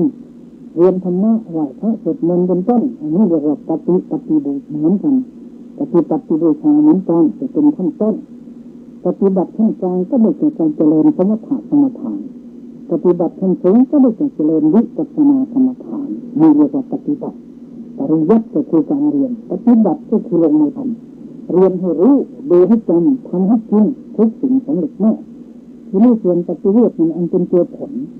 ศาสนาต้องมีหลัก3 ประการปริยัติปฏิบัติปฏิเวทคนจะเรียนศาสนาให้รู้จริงต้องเรียนทั้ง3 ขั้นถ้ามีแต่ปริยัติอย่างเดียวก็ไม่ไหวเหมือนคนหัวโตหาลิหรือเหมือนคนไม่ทำลายยาเขาว่าเผาวันเปลี่ยนกันมา2 เข็มไปทำใส่หัวให้เหนื่อยเป็นยาแก้โรคหงุดดีนักเลยถ้าเราได้จะทำลายยาไม่เคยไปร้านแต่คนโตหรือร้านที่ไหนซื้อยามันต้นเลยโรคเราก็ไม่หายดังนั้นปฏิบัติจึงต้องลงมือทำเหมือนซื้อยามาต้นรับประทานโรคก็หายนั่นเหมือนปฏิเวทนั้นปฏิเวทมี3คือปฏิเวทขั้นต้นได้เกิดผลของการปฏิบัติขั้นต้นทำให้บุคคลได้รับความรู้ทำให้บุคคลได้รับความสุขกายสบายใจทำให้บุคคลได้รับความมั่งคั่งสมบูรณ์ทำให้บุคคลได้รับความสมานสามัคคีกันเมื่อแต่กายทำไมขันธ์มีสติโลกสวรรค์เป็นอยู่ตรงนี้ได้อันนี้เป็นผลขั้นต้นผลปฏิเวทขั้นกลางคือผลของการปฏิบัติขั้นกลาง สามารถข่มนิวรณ์ห้ามีการมาฉันทะพยาบาทเป็นต้นไว้ได้ด้วยอำนาจของฌานเมื่อเปิดใจภายในขันสามารถจะไปเกิดพรหมโลกก็ได้ปฏิเวทขั้นสูงได้เกิดผลของการเจริญวิปัสสนากรรมฐานทำลายกิเลสให้สิ้นไปจากขันธ์สันดานตามขั้นแห่งมรรคทั้งสี่คือโสดาปฏิมรรคสกิทาคามรรคอนาคามรรคอรหัตมรรคเมื่อมรรคเกิดแล้วผลก็ต้องเกิดติดต่อกันมาทันทีไม่มีอะไรมาขั้นระวังได้การงานอาเกณฑ์ข้างๆมีลักษณะเป็นอย่างนี้คือตาติตะมะตาติตะมะมีอะไรทำให้เสียเวลาไปคุณควรจะสดภายในชั่วโมงหนึ่งทำสัก2 ชั่วโมง3 ชั่วโมงจึงจะเสร็จนี้จะเป็นการงานที่อาจเกินทำไมจึงเสร็จอย่างนั้นก็เพราะทำไม่จริงทำข้างๆทำเล่นอย่างนี้จะเป็นการงานอาจเกินได้แทนที่จะทำด้วยเวลาเพียงนิดหน่อยทั้งหมดเอาไปแล้วกินเวลาตั้งนานอย่างนี้จะเป็นงานอาจเกิน2อัตติเรกกรณะทำให้สมควรที่ไม่เหมาะสมแก่ทัพที่ตนจะถึงได้หรือที่ได้แล้ว3อัตรณะไม่ตั้งใจทำจริงไม่ตั้งใจทำคือทำเล่นๆทำพอขอไปทีคือทีละกรณะทำย่อหย่อนที่ทำอย่างคนเกียจค้าน5สักการะที่วัฏฏาคังโลกุตตะวันหลับทั้งวันอย่างนี้อย่างงานต้องเอาเป็นแน่วัดเป็นหิเตกาตึงนะอุทธะติกลางคืนก็ไม่ลุกขึ้นทำจังงานกลางวันก็หลับกลางคืนก็นอนอยู่ตรงถ้าอย่างนี้งานก็ต้องเอาเป็นแน่ข้อที่7นิจจกังสรามัตโตเมาสราเป็นนิจอันนี้ก็การงานเอาเป็นคนที่เมาแล้วในเวลาดีมากทำการทำงานไม่ได้เอาเป็นงานก็ข้างๆเคยมีคนหนึ่งแต่ก่อนเป็นตำรวจมีลูกถึง5 คนมาแล้วการงานเสียหมดนายจะเอาออกจากงานก็สงสารเด็กก็มีตั้ง5 คนไม่รู้จะอดจะอยากแค่ไหนเพราะว่าการงานไม่ได้เรื่องพอเมาแล้วเสียหมดเสียการใช้งานหมดเลยนายก็ต้องสงสารทั้งเกิดที่หน้าไม่รู้จะทำอะไรเอาไปกับมือกับตัวนะในเดือนนึงเลิกไม่ได้เลิกไม่ได้หนักไปกับเก่าก็เลยจับมาหาประเดชประคุณท่านประคุณที่บงธรรมท่านก็เรียกอาตมาไปช่วยหน่อย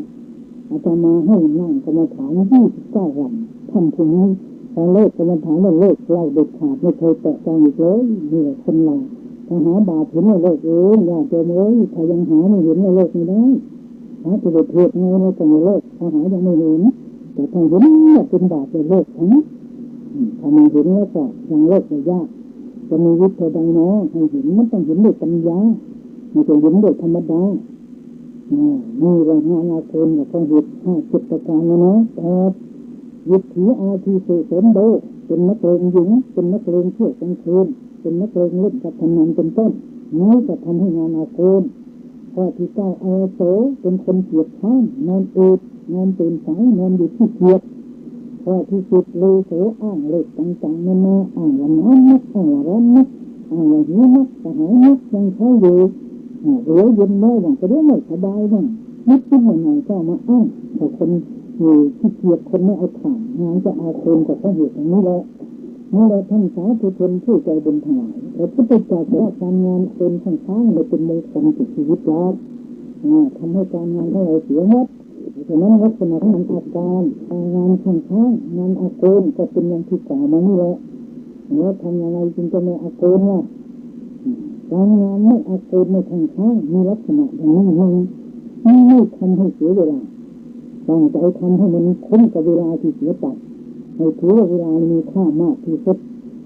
ทำเหมาะพอควรแต่ทรัพย์ที่ตนจะถึงได้เราได้มาแล้วอย่าให้เกินขอบเขตบางคนไม่มีเงินมีทองไปกู้หนี้ยืมสินมาทำที่จนหมดเนื้อหมดตัวเลยต้องคัดคืนในการไปสมัยนี้มันเกินฐานะข้อที่3ทำไม่ย่อหย่อนทำอย่างสุดความสามารถไม่เห็นใจหนาวเจ็บร้อนทำจนให้เป็นเหมือนหญ้าคือตากแดดก็ได้ตากฝนก็ได้เป็นมันคือกันนั่นเองที่ว่าโยจะสีตังจะอินหิจะติมาทิโยนะมันยติกะรังโสริสจิจานิโสสุขานาวิหายติผู้ใดทำการงานตามหน้าที่ของลูกผู้ชายไม่สำคัญหนาเลยร้อนยิ่งไปแต่ยาก ผู้นั้นย่อมไม่เสื่อมจากความสดคือตั้งใจทำจริงๆไม่เห็นจะหลับนอนจนเกินไปเพราะคนนอนมากได้งานน้อยงานเอาเกินงานข้างท้ายที่บรมท่านอนน้อยใช้บ่อยเงินหมดเงินมีหน้าสดเงินหมดหน้าห้องงานก็ได้น้อยใช้บ่อยมันก็หมดเงินมีมันก็หน้าสดหน้าใส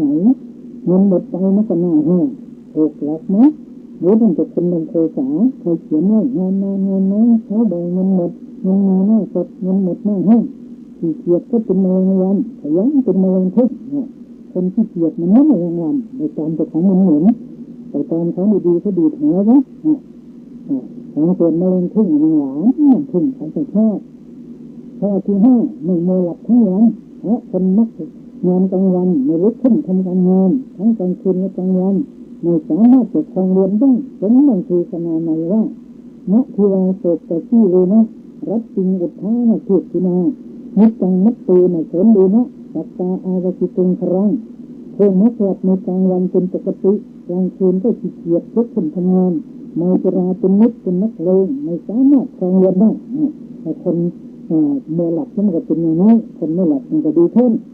ข้อที่หกกลางคืนก็มันลุกขึ้นทำการงานข้อที่เจ็ดไม่เมาเป็นมิตรข้อที่แปดไม่แสวงหาอวัยวะมุขคือไม่เป็นนักเลงหญิงนักเลงเที่ยวกลางคืนนักเลงเล่นการพนันเป็นต้นข้อที่เก้าไม่เกียจค้านข้อที่สิบทำถูกกาลเวลา11มีความเพียรทางกายทางวาจาและทางใจ12ไม่เป็นที่ตั้งแห่งความเพียร13ไม่อ้างเล็ดต่างๆ14มันหามันเก็บภาษาให้เพิ่มเป็นวัฒนายิ่งขึ้นคนใจติดตัวจนปวดฉะนั้นให้การงานไม่อาเกินข้างค้างก็จะมีลักษณะอย่างนี้ไม่อาเกินข้างค้างก็เป็นมงคลทีเดียวทำให้เศรษฐกิจของตัวครอบครัวประเทศชาติดีขึ้นทำให้เป็นคนร่ำรวยมากขึ้นสมบูรณ์แล้วนึกถึงประเทศญี่ปุ่นถ้าจะทำงานนอกบ้านเสร็จแล้วกลับมาในบ้านทานอาหารเสร็จพ่อแม่ลูกพากันไหลไม่กินกันเขาจัดมาเมืองไทยของไม่คิดว่าคนไทยจะซื้อเป็นเพราะอะไรซื้อจะทำบุญบ้างซื้อไปใช้บ้างมาให้คนขยันอุดฐานตาเป็นประตูทำนั้นคนขยันก็หาเงินได้แต่พุทธเจ้าเทศน์อย่างนั้นเป็นหลักความจริงเหลือเกินทำให้คนมั่งคั่งสมบูรณ์ร่ำรวยทำให้ได้รับความสุขสุขของคฤหัสถ์4ประการในสุขเกิดเพราะความมีทรัพย์หนึ่งสุขเกิดเพราะใจทรัพย์บริโภคหนึ่งสุขเกิดแต่ความไม่ต้องเป็นหนี้เป็นสินใครหนึ่งและสุขเกิดแต่ประกอบการงานที่ปราศจากโทษหนึ่งคือเป็นจุดถึงของอันเป็นคนปริวารชนนี่แหละคือการงานไม่อาเกินก็เป็นประโยชน์เป็นมงคลอย่างนี้ข้อที่ห้าเป็นปัจจัยต่อเอาบุญกุศลอื่นๆเช่นต่อเอาทานต่อเอาศีลต่อเอาภาวนาได้โดยไม่ยากเลยได้เสบียงได้ที่พึ่งอาศัยอันประเสริฐเกิดก่อนกันภายในบายภูมิ8มีสติเป็นที่ไปในเบื้องหน้าก็ถ้าวาสนาบารมีแก่กล้าสามารถจะได้บรรลุมรรคผลนิพพานคือจะเป็นอุปนิสัยปัจจัยในทุกชาติต่อไปในเมื่อยังไม่ถึงผลนิพพานทุกข์เป็นผู้ไม่ประมาท12นักปราชญ์ยกย่องสรรเสริญ13ไม่เห็นห่างจากประโยชน์14มีนามว่าเป็นคนดีเพราะมีมงคล10คนโดยทุกสีก้าตัวอย่างประกอบอธิบายในเรื่องในมงคลนี้คือเรื่องตีละกาเศรษฐีในอดีตการพระโพธิสัตว์เป็นเศรษฐีผู้ตีละกะในกรุงพาราณสีเป็นผู้รู้นิดทั้งตัววันหนึ่งท่านตีละกะเศรษฐีนั้นไปยังพระราชสำนักพบหนูตายตัวหนึ่งในระหว่างถนนกล่าวว่าคุณบุตรผู้มีจักษุถือเอาหนูตัวนี้แล้วสามารถเลี้ยงดูภรรยาและประกอบการงานได้บุรุษเห็นใจคนหนึ่งเป็นคนใช้ของท่านเศรษฐีนั้นเมื่อยินคำนั้นจึงถือเอาหนูตัวนั้นจำหน่ายในตลาดเพื่อประโยชน์แก่แม่ในสัปดาห์ละนิดหนึ่งซื้อน้ำอ้อยถือหม้อน้ำเดินไปให้น้ำอ้อยน้ำเดินแก่ช่างดอกไม้ช่างดอกไม้ให้ดอกไม้จะขายคนละกันวันต่อมาปฏิบัติโดยทำนองนั้นอีกเขาขายดอกไม้ได้เงิน8 กหาปณะขายฟืนได้เงิน16 กหาปณะโดยทุนทรัพย์เพียงเท่านี้บุรุษคนนั้นก็พยายามติดต่อกับพ่อค้าม้าพ่อค้าเรือระยะ4 เดือนเขาได้เงินประมาณ200,000เขาให้ทรัพย์1 แก่ตีละกะเศรษฐีเพื่อแสดงออกซึ่งความกตัญญูกตเวทีข เขาบอกเรื่องที่เป็นมาทั้งหมดให้แก่เศรษฐีก็เขาก็บอกเรื่องที่เป็นมาทั้งหมดให้แก่เศรษฐีทราบเศรษฐีคิดว่าเด็กคนนี้ช่างเด็กคนนี้เด็กดีคนนี้หาได้ยากบัดนี้เราควรที่เราจะให้เด็กคนนี้ทำการรับใช้เราจึงยกธิดาให้เกิดเขาต่อมาก็ได้รับตำแหน่งเศรษฐีแทนท่านจุรกะเศรษฐีนั้นต่อไปนิทานเรื่องนี้เชื่อเห็นได้ดังเด่นชัดเลยว่าคนหมั่นคนขยันทำความเหมาะพอควรทำการงานถูกตามกาลเทศะทำการงานไม่ทางช้างไม่อาโกนย่อมเลยชัดคือเป็นโลกิยะโดยไม่ยากนะด้วยกระชารสมิเรื่องพระจิตตมหาเถระพระมหาเถระนั้นทำกับพิกาไว้ในใจว่าเราจะอยู่ด้วยอิริยาบถสามถ้ายืนเดินนั่งทำความเพียรจะไม่ยอมนอนเวลาง่วงนอนเอาเสื้อกางชุดน้ำให้เป็นให้เปียกขึ้นวางไว้บนศีรษะแช่น้ำประมาณเพียงคอเจริญวิปัสสนากรรมฐานเพื่อบูชาความเพียรของพระพุทธเจ้าโดยความเพียรของตนเวลาผ่านไป12 ปีจนได้สำเร็จเป็นพระอรหันต์เรื่องนี้ก็เชื่อเห็นได้ดังเด่นชัดแล้วว่าท่านเป็นผู้ขยันหมั่นเพียรนี่ทำการงานกายปฏิบัติให้อาโกนเพิ่มพูนบารมีอยู่ไม่ได้ขาดไม่ได้ประมาทเลยแม้แต่น้อยเพราะผลแห่งการทำจริงปฏิบัติจริงท่านจึงได้เป็นพระอรหันต์ไม่โลกุตละทรัพย์เห็นตามเท่านั้นนั่นแหละท่านทั้งหลายคือโบราณท่านว่าเรียนให้รู้ดูให้จำทำให้จริงถ้าอย่างนี้การงานก็ไม่อาโกนในทางทั้งโลกและทางธรรมจะอยู่ในสมานะอย่างไรก็ตามฉะนั้นก็สามารถจะรักษาตัวรอดได้นี่เป็นหลักสำคัญมากในพระเรื่องมงคลทางจิตไว้ที่2อันราคาวาสนาจำเริญแต่ตามมาบอกว่ามงคลทางจิตไว้ที่2จะไปที่ไหนก็ไม่ทุกข์ไม่ยากไม่ลำบากเพราะมีมงคลติดตัวไปแล้วทั้งที่อยู่ในโลกทั้งที่อยู่ในธรรมอยู่ในสถานะใดก็ตามเขาที่ตั้งอกตั้งใจทำคนเราเนี่ยจะเรียนหนังสือก็ตั้งใจเรียน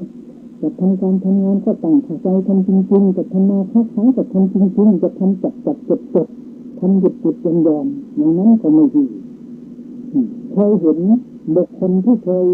นั่งทำสมบูรณ์นั่นเลยมาแต่ก่อนก็จนแต่เพราะคนขยันหาขยันเก็บรักษาสามารถทั้งหมดตั้งตัวได้มีโยมคนหนึ่งเบ่งแหลกหาบน้ำขายหาบละ2 สตางค์ต่อมามีตึกหลายชั้นส่งลูกไปเรียนต่างประเทศนี่ก็เพราะคนขยันหาของพ่อของแม่พระพุทธเจ้าจึงตรัสว่าพระตาวินทตูธรรมะคนนั้นคงขยันหาเงินได้ให้ขยันมันก่อเป็นข้าวต้น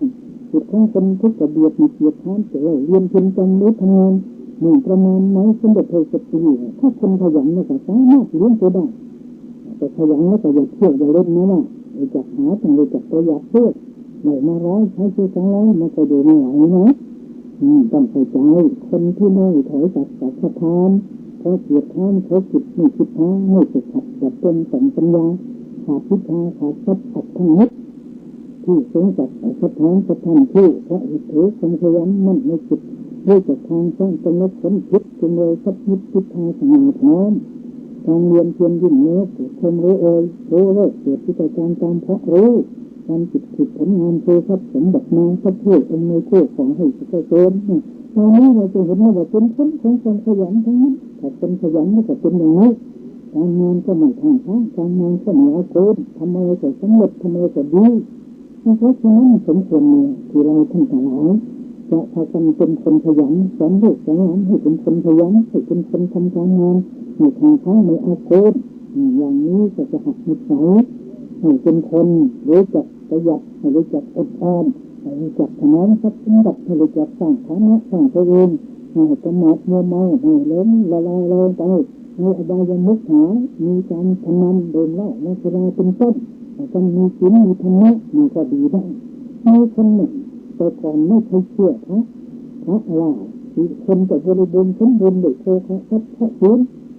เป็นไปไม่ได้ต้องที่จะมาทดลองดู5 ปีเท่านั้นเอง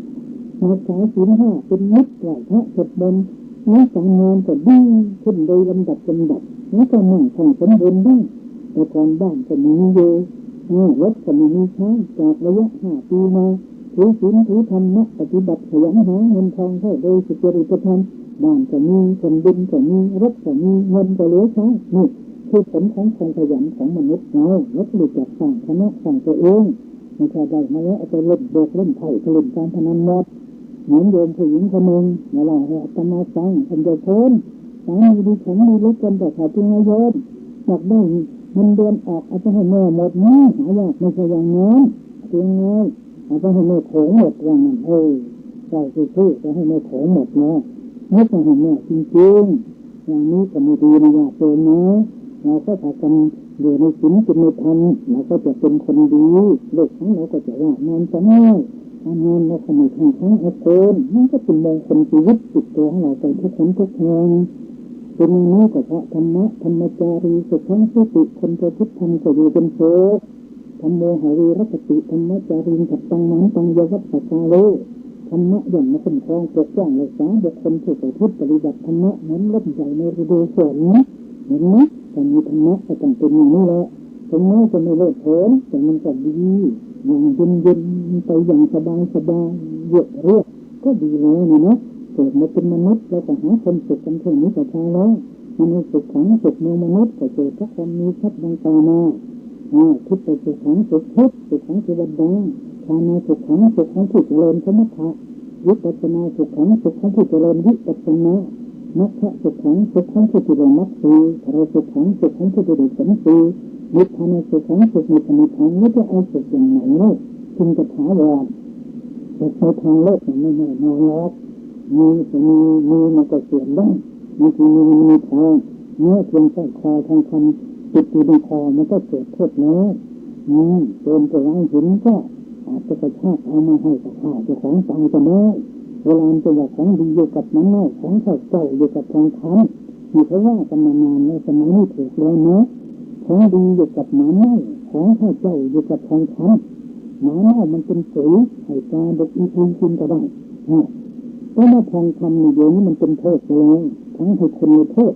เอาของพอไปนอกบ้านเอาหินไม่ได้แล้วเกินไปล้างหินมันลงกระชากมาให้กระตุ้นยิงอะไรเนี่ยมันตายเพราะทองคำนั่นแหละของข้าเจ้าคือข้าเจ้าของไม่อยู่กับทองคำโบราณท่านบอกมาเนื้อท่านสาธุชนผู้ใจเป็นหาพระธรรมเทศนาตอนนี้มงคลชีวิตเป็นกันที่เก้าสมควรเกิดการเวลาแล้วขอยุติก็เพียงเท่านี้เพื่อกันนาตระโยจะไม่นาวาจารการเป็นดีสิ่งสุดชุดที่แรงแห่งการแสดงพระธรรมเทศนานี้พระผู้สุดท้ายในตาวินะได้ในถาถึงขึ้นได้ที่วัฒนตรัยอธิภูมิโดยเกิดเมื่อผู้ทรงสมบัติในวัดจิตธรรมานุสการะโดยชาติตัดสายได้เป็นขึ้นมา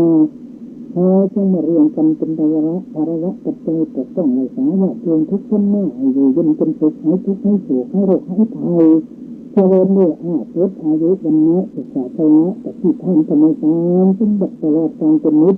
มีดวงจิตสถิตมั่นอยู่ในสัจธรรมมันเป็นเหตุผลทุกข์ถึงแม้สุขท่านเทบนฝ่ายคือมาสมฤทธิ์ทานด้วยเป็นทุกข์ท่านเทิน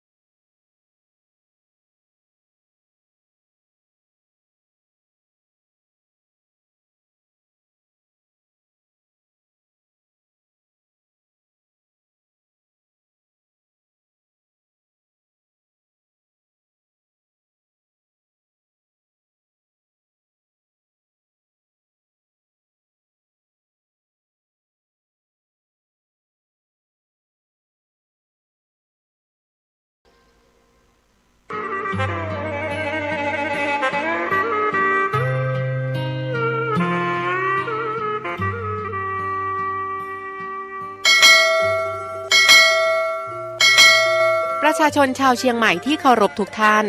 ขณะนี้จังหวัดเชียงใหม่กำลังเผชิญกับปัญหาหมอกควันและฝุ่นละออง PM 2.5 ที่ส่งผลกระทบต่อสุขภาพของประชาชนอย่างรุนแรงสาเหตุหลักมาจากการเผาในที่โล่งด้วยเหตุนี้จึงขอความร่วมมือจากพี่น้องประชาชนทุกท่านงดการเผาในที่โล่งทุกชนิดตั้งแต่วันที่ 1 มกราคมถึง 15 พฤษภาคม 2568 หากมีความจำเป็นต้องเผาอย่างยิ่งต้องลงทะเบียนผ่านระบบไฟล์ดีที่องค์กรปกครองส่วนท้องถิ่นก่อนหากพบเห็นการเผาในที่โล่งสามารถแจ้งได้ที่สายด่วน 191 หรือ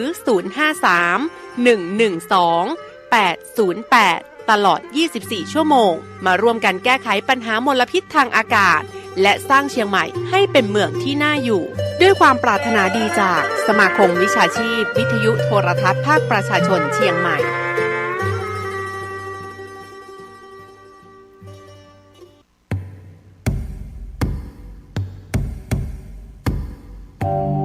ประชาชนชาวเชียงใหม่ที่เคารพทุกท่านบัดเดี๋ยวนี้จังหวัดเชียงใหม่กำลังเผชิญกับปัญหาหมอกควันและฝุ่นละออง PM 2.5 ที่ส่งผลกระทบต่อสุขภาพของประชาชนอย่างรุนแรงสาเหตุหลักมาจากการเผาในที่โล่งด้วยเหตุนี้จึงขอความร่วมมือจากพี่น้องประชาชนทุกท่านงดการเผาในที่โล่งทุกชนิดตั้งแต่วันที่ 1 มกราคมถึง 15 พฤษภาคม 2568 หากมีความจำเป็นต้องเผาอย่างยิ่งต้องลงทะเบียนผ่านระบบไฟล์ดีที่องค์กรปกครองส่วนท้องถิ่นก่อนหากพบเห็นการเผาในที่โล่งสามารถแจ้งได้ที่สายด่วน 191 หรือ 053-112-808 ตลอด 24 ชั่วโมงมาร่วมกันแก้ไขปัญหามลพิษต่างอากาศและสร้างเชียงใหม่ให้เป็นเมืองที่น่าอยู่ด้วยความปรารถนาดีจากสมาคมวิชาชีพวิทยุโทรทัศน์ภาคประชาชนเชียงใหม่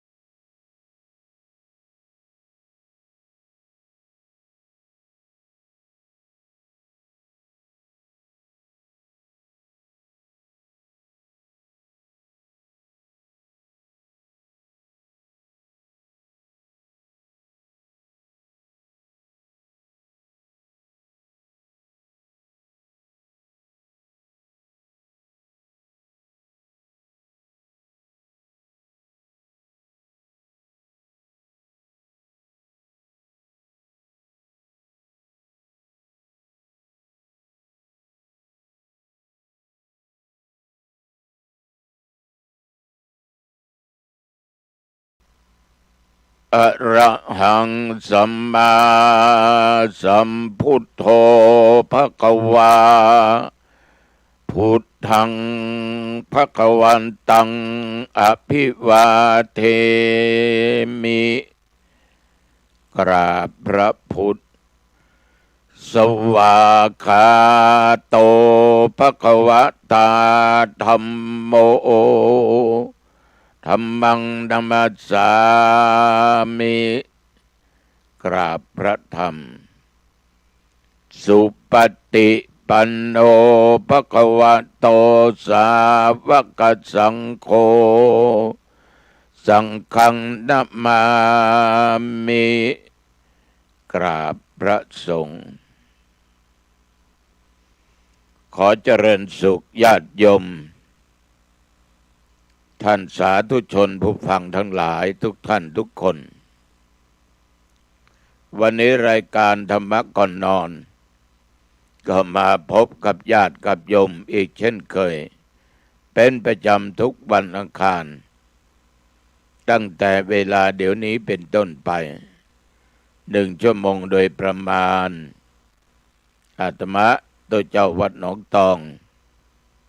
ก็ได้นำเอาธรรมะมาพูดให้ญาติให้โยมได้ฟังกันก่อนอื่นนั้นก็ต้องขออนุโมทนาขอบใจต่อทางเจ้าหน้าที่สถานีวิทยุคลื่น 104.50 วัดฝายหินอำเภอเมืองจังหวัดเชียงใหม่เป็นอย่างมากที่ได้ให้การสนับสนุนและก็เปิดเทปเสียงธรรมะให้แก่ญาติแก่โยมที่อยู่ทางบ้านได้รับฟังกันขอบใจมากๆขอบใจหลายๆเนอะญาติโยมที่คอยให้กำลังอกกำลังใจแก่ทุกเจ้าโดยเป็นแฟนพันธุ์แท้ในการรับฟังธรรมะจากทุกเจ้าวัดหนองตองอาตมาภาพญาติโยมไม่ได้สอบเป็นปรริญญาธรรมแต่เคยศึกษาแต่ไม่ได้สอบมีความรู้แค่นักธรรมชั้นเอกทางโลกก็ศึกษาผู้ใหญ่ม.6 แต่อาศัยบทเรียนมาตั้งนานเดี๋ยวนี้รวมทั้งพระทั้งเป็นเณรนั้นก็อยู่ในวัด60 กว่าพรรษาแล้วก็เรียกว่านานพอสมควรก็ตั้งใจว่าจะอยู่ต่อไปสืบต่อพระพุทธศาสนาเมื่อปฏิบัติได้ในเรื่องของศีลของธรรมเห็นว่าได้ผลก็เอาเรื่องของศีลของธรรมมาพูดให้กับญาติกับโยมท่านผู้ฟังทั้งหลายเพื่อฟังแล้วโยมจะได้นำไปเป็นข้อคิดแล้วเอาเป็นแบบอย่างได้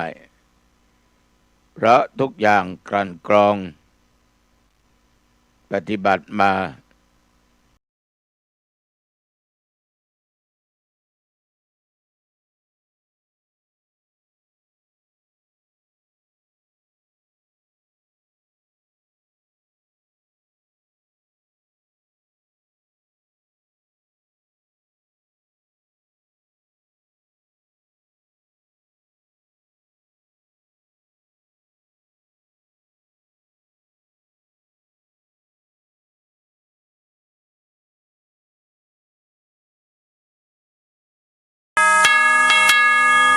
ขณะนี้เวลา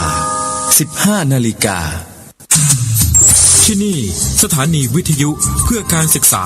วิทยาลัยสงฆ์นครลำปางสถานีวิทยุกระจายเสียงบริการสาธารณะออกอากาศณอาคารเลขที่ 1 วัดบุญยวาสวิหารถนนบุญยวาสตำบลหัวเวียงอำเภอเมืองจังหวัดลำปางทำการส่งกระจายเสียงในระบบ FM 106.5 เมกะเฮิรตซ์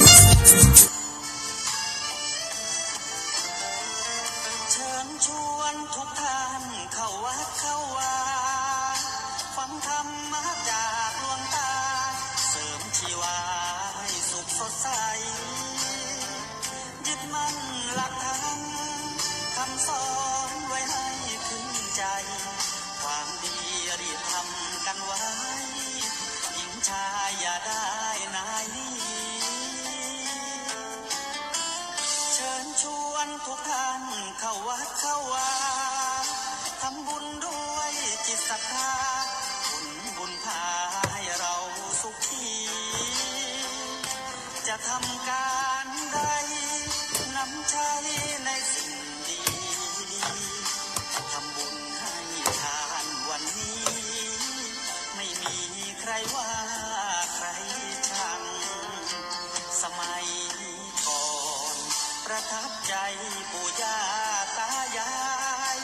วันพระไม่เคยเบื่อหน่ายจำได้ไม่ลืมสักครั้งเหตุใดวันนี้มีคนเข้าวัดน้อยจังอยากให้เหมือนก่อนอีกครั้งฝากความหวังกับคนรุ่นใหม่เชิญชวนทุกท่านเข้าวัดเข้าวารับศีลรับพรหลวงตาเสริมคุณค่าให้กับจิตใจกระทำความดีเรื่องนี้ไม่ต้องอายใครว่างจากการงานเมื่อใดเชิญชวนท่านไปทำบุญ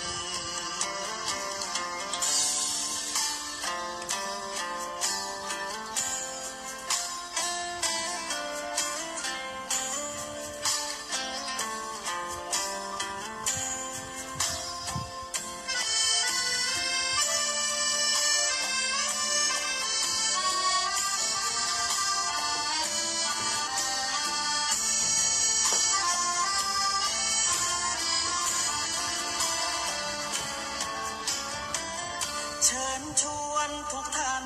เข้าวัดเข้าวารับศีลรับพรหลวงตาเสริมคุณค่าให้กับจิตใจกระทำความดีเรื่องนี้ไม่ต้องอายใครว่างจากการงานเมื่อใดเชิญชวนท่านไปทำบุญกระทำความดีเรื่องนี้ไม่ต้องอายใครฝากเพลงเชิญชวนหญิงชายอย่าอายเรื่องการทำบุญ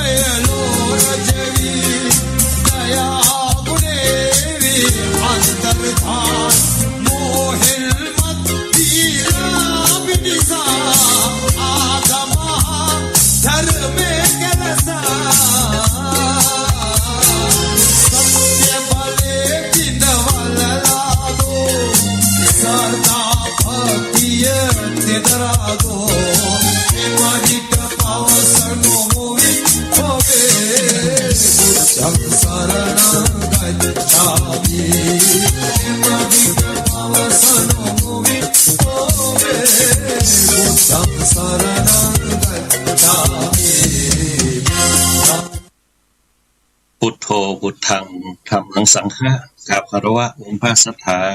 ติรัตนาพระศาสนาอันเป็นมคาตถาคตเจ้าเตดไว้เป็นทางคือหมู่เฮาเตียวตองเต่าเข้าสู่นิพพานชั้นฟ้าสร้างสมผลบุญจะได้ตุนจ้าเหตุเพลงไว้นาฟังธรรมวันศีลวันพระอย่าละลงล้ำตักบาตรฟังธรรมจำศีล85หน้าแรงฝนหนาวหนุ่มสาวทวนหน้าเท่าแก่ชราญาติมิตรจำศีลฟังธรรมกำให้ชีวิตบุญติดไต่เต่าตัวไปความดีเฮานั่นบ่หนีไปไหน